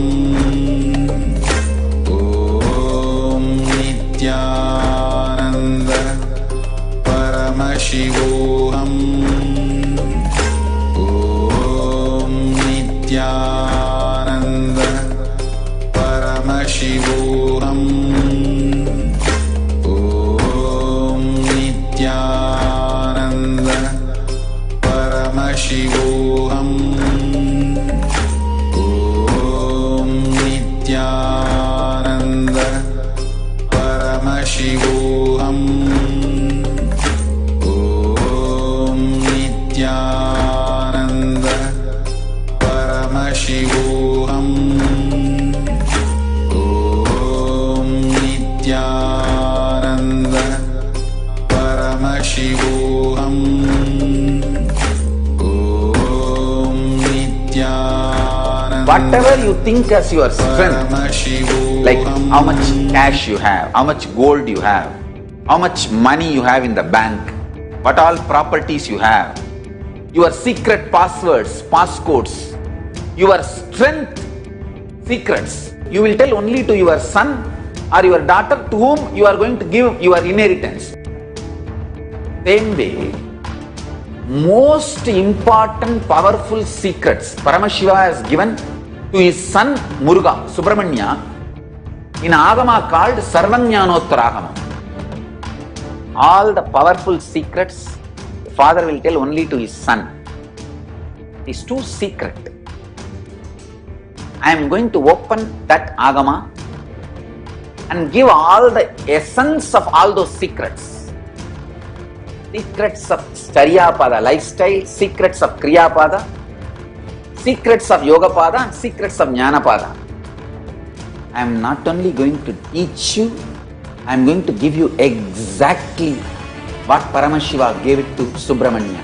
Because Paramashiva himself is manifesting through this being now, giving you all exactly what was given to Subramanya. Nothing is required from your side. Just sit like innocent Subramanya, Muruga at the feet of Paramashiva. I assure you, whatever was given to Subramanya, the whole life will be given to you now. Not just words, teachings, not even just experience, life itself. I am talking to each one of you sitting in your room. I will make you all Subramanya.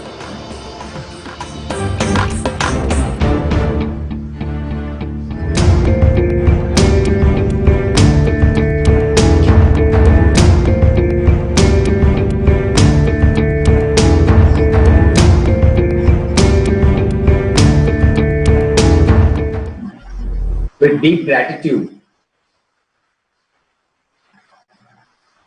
to His Divine Holiness, Bhagavan Nithyananda Paramashivam, for delivering the ultimate revelations of Paramashiva, from intellectually having powerful cognitions and emotionally having love for higher beings. Let's now consciously manifest higher existence. Let us enter into a very powerful power manifestation session. Let us all manifest the powers. Let us all manifest Paramashiva in all of us. A quick reminder, again, tomorrow, June 21st, 2020, a very powerful manifestation will happen on the occasion of the International Day of Yoga and Solar Eclipse. To join, register at paramashivoham.org. You can join from 6:30 a.m. onwards tomorrow.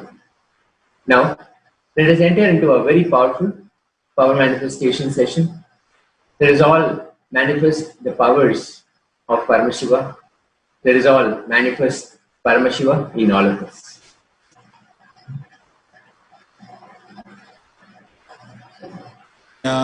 Nithyananda Paramashivoham. Om Nithyananda Paramashivoham. Om Nithyananda Paramashivoham. Om Nithyananda Paramashivoham. Om Nithyananda Paramashivoham.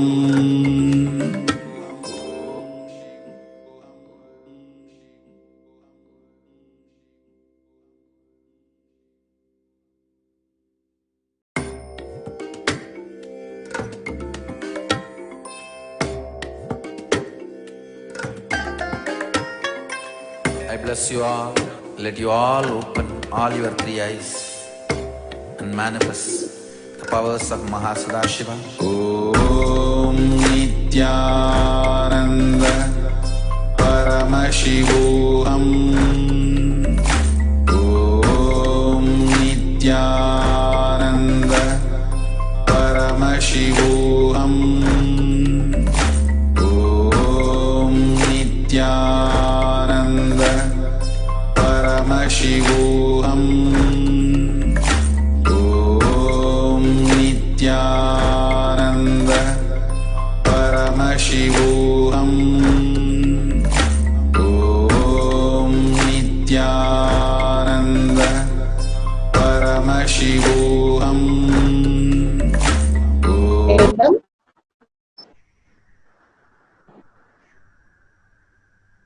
This meeting is being recorded. Let's start with the Sadguru Vandanam. Head sit straight, visualize Bhagwan in your right. Let's start with the Sadguru Vandanam. Nithyanandam Paramasukadam Kevalam Jnanamurtim Vandvatītam Gagana Sadisham Tattvamasya Vilaksham Ekam Nityam Vimalamachalam Sarvadi Sakshibhutam Bhavatītam Trigunarahitam Sadgurum Tam Namami. Nithyanandam, such a beautiful space of Tyaga. Bhagwan explained and Bhagwan blessed.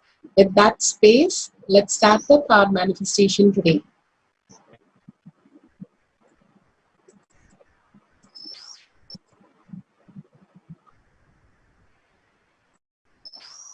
Let's go through the security before we start.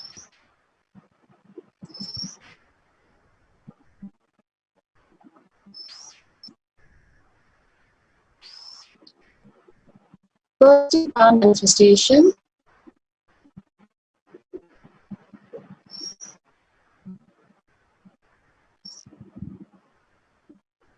We understand this power manifestation.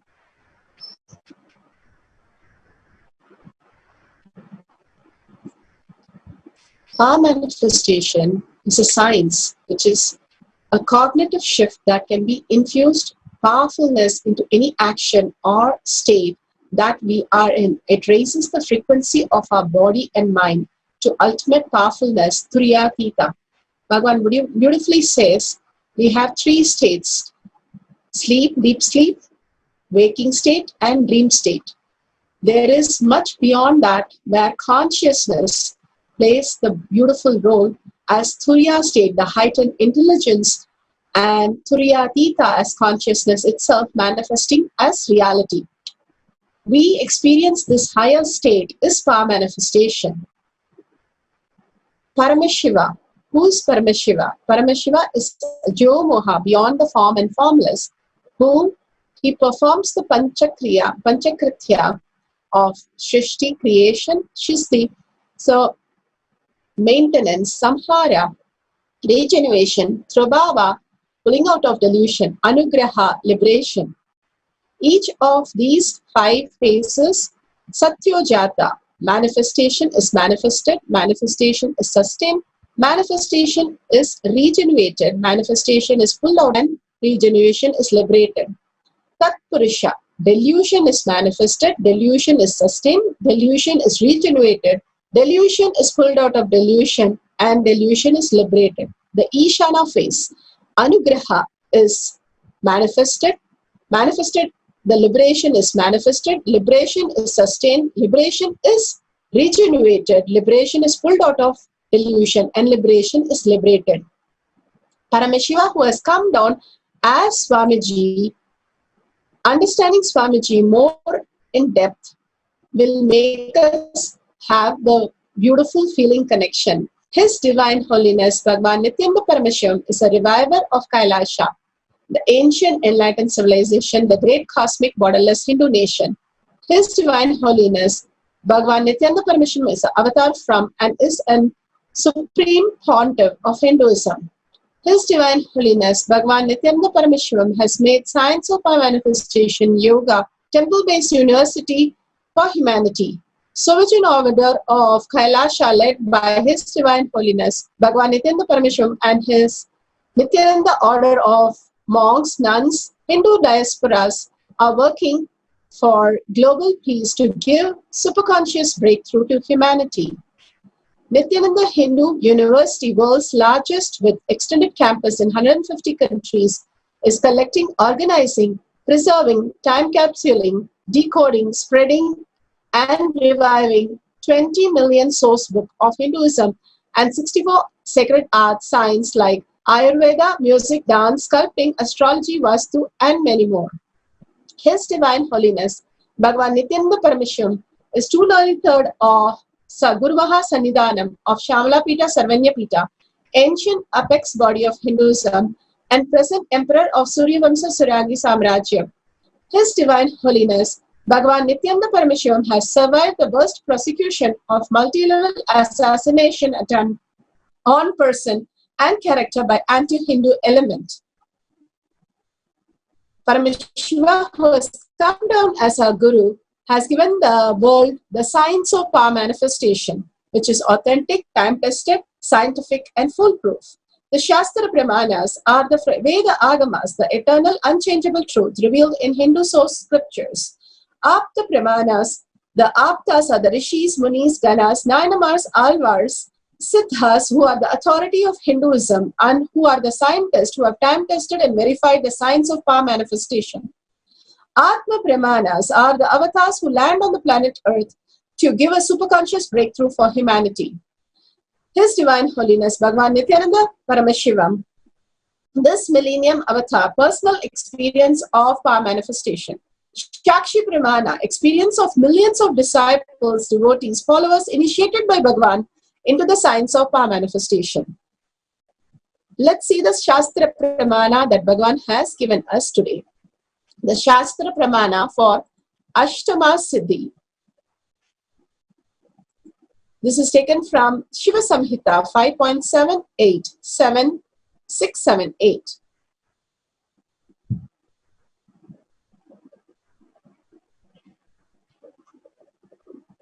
The Shastra Pramana for the God powers of increasing height of body and object. 62. Samhita 5.76 to 17. Maranam bhadyate na sakhena vinadhadyate tasya paramadhye animadi gunaprada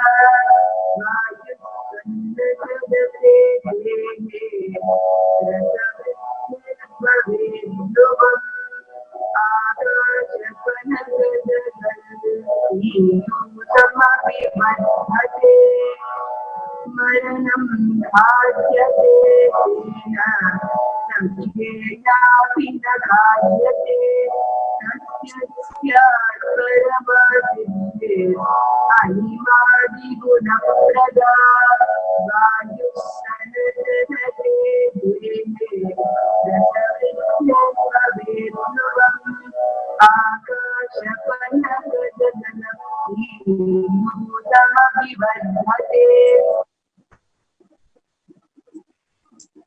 Here, Bhagavan has given beautifully, death is eaten by him, he is eaten by none.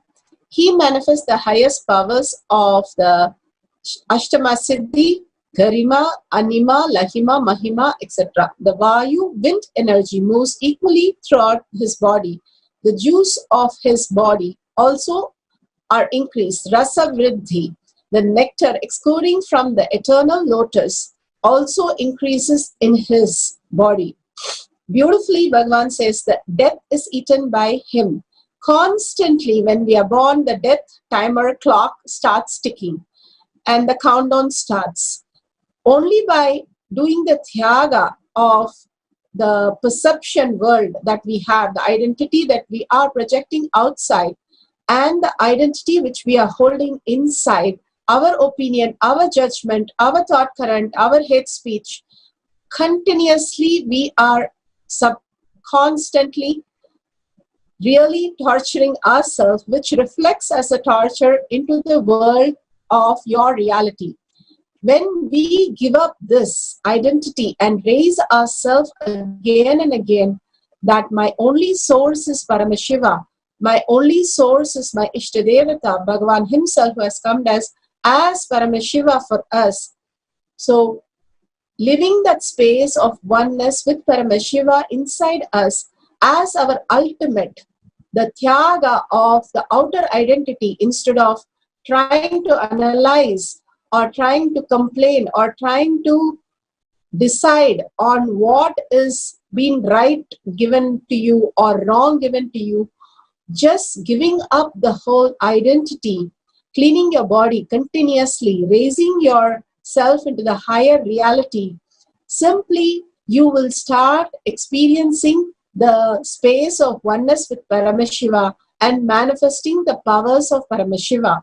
He beautifully says the rasa vriddhi starts happening in the body, and the body is raised to a new conscious level, creating a conscious body when we live consciously. And there is no death for us. He is eaten by none. Such a beautiful sutra that Bhagavan has given, the Shastra Pramana, the Apta Pramana. Apta Pramana, the Hanuman lived. He lived as only Ramanama, the great epic, Ramayana. Valmiki had the greatest poet, the Adi Kavi, who has given us the Ramayana. When Lord Hanuman wanted to cross the ocean to reach Lanka, where Devi Sita was held hostage, he was stopped by the demon named Surasa, and the demon demanded that anyone who have to pass the ocean must first enter into her stomach of the demon, as the demon can eat the person. Hanuman stretched himself to 10 yogyas, that is about 7.6 miles. Then Hanuman further stretched his body to 30 yogyas, and Surasa on her own enlarged her mouth to 40. Then the great Hanuman stretched his body to 50. Sura widened her mouth to 80. And the heroic Hanuman grew up to 90, looking like a mountain. Observing Surasa's enlarged mouth open and dreadful like hell, with the long tongue, suddenly shrunk his body to the size of atom, a thumb, and simply disappeared. He was able to increase his length or decrease his length as he wishes, just holding Ramanama as his identity. Bhagavad has increased and decreased the size of the Nataraja deity when he had to move it inside the temple. The deity was 6 feet 10 inches tall, and the door was 6 feet 8 inches tall. And when Bhagavan blessed, simply it entered the door, and again when they measured after it went inside, it was still 6 feet 10 inches. That was a beautiful space that all of us could experience when Bhagavan's Leela really made us to understand the possibility of superconscious breakthrough for all of us is available. The Shakshi Pramanas, many devotee disciples have marked their height on a sheet of paper on the wall before and after, seen a drastic change in the height or up to like 1 inches, 2 inches taller, or reduce their height to 1 inches shorter was possible, simply because once you connect to the consciousness, your body is matter and it can be changed in any way is a possibility that Bhagavan is giving us. Creating the reality what we want is how power manifestation happens in real. Same way we can increase or decrease the wealth or decrease the liabilities simply can happen when you increase or decrease the height of your body. The powerful cognition shift that happens as power manifestation makes it permanent. So level 1, increasing our own height.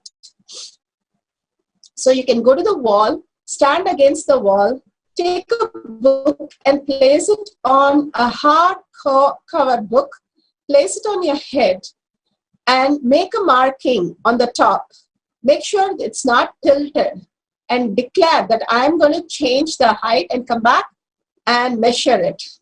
Very clearly see yourself, visualize yourself that you're grown taller than before. The end of Mahavakya, let's mark the height again and verify authentically the change of the height has happened in us.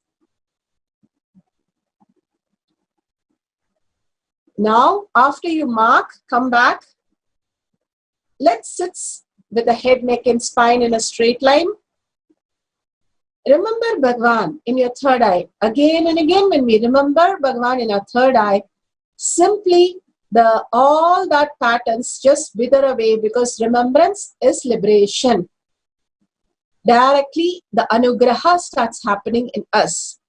Absolute unclutching from the outer identity to experience the state of Paramashiva. Unclutch the outer, the inner identity. Complete completion. Again and again, understanding, doing the completion that the inner identity, the powerless space which you hold inside in any possible in iota way is the reason why the reality is created.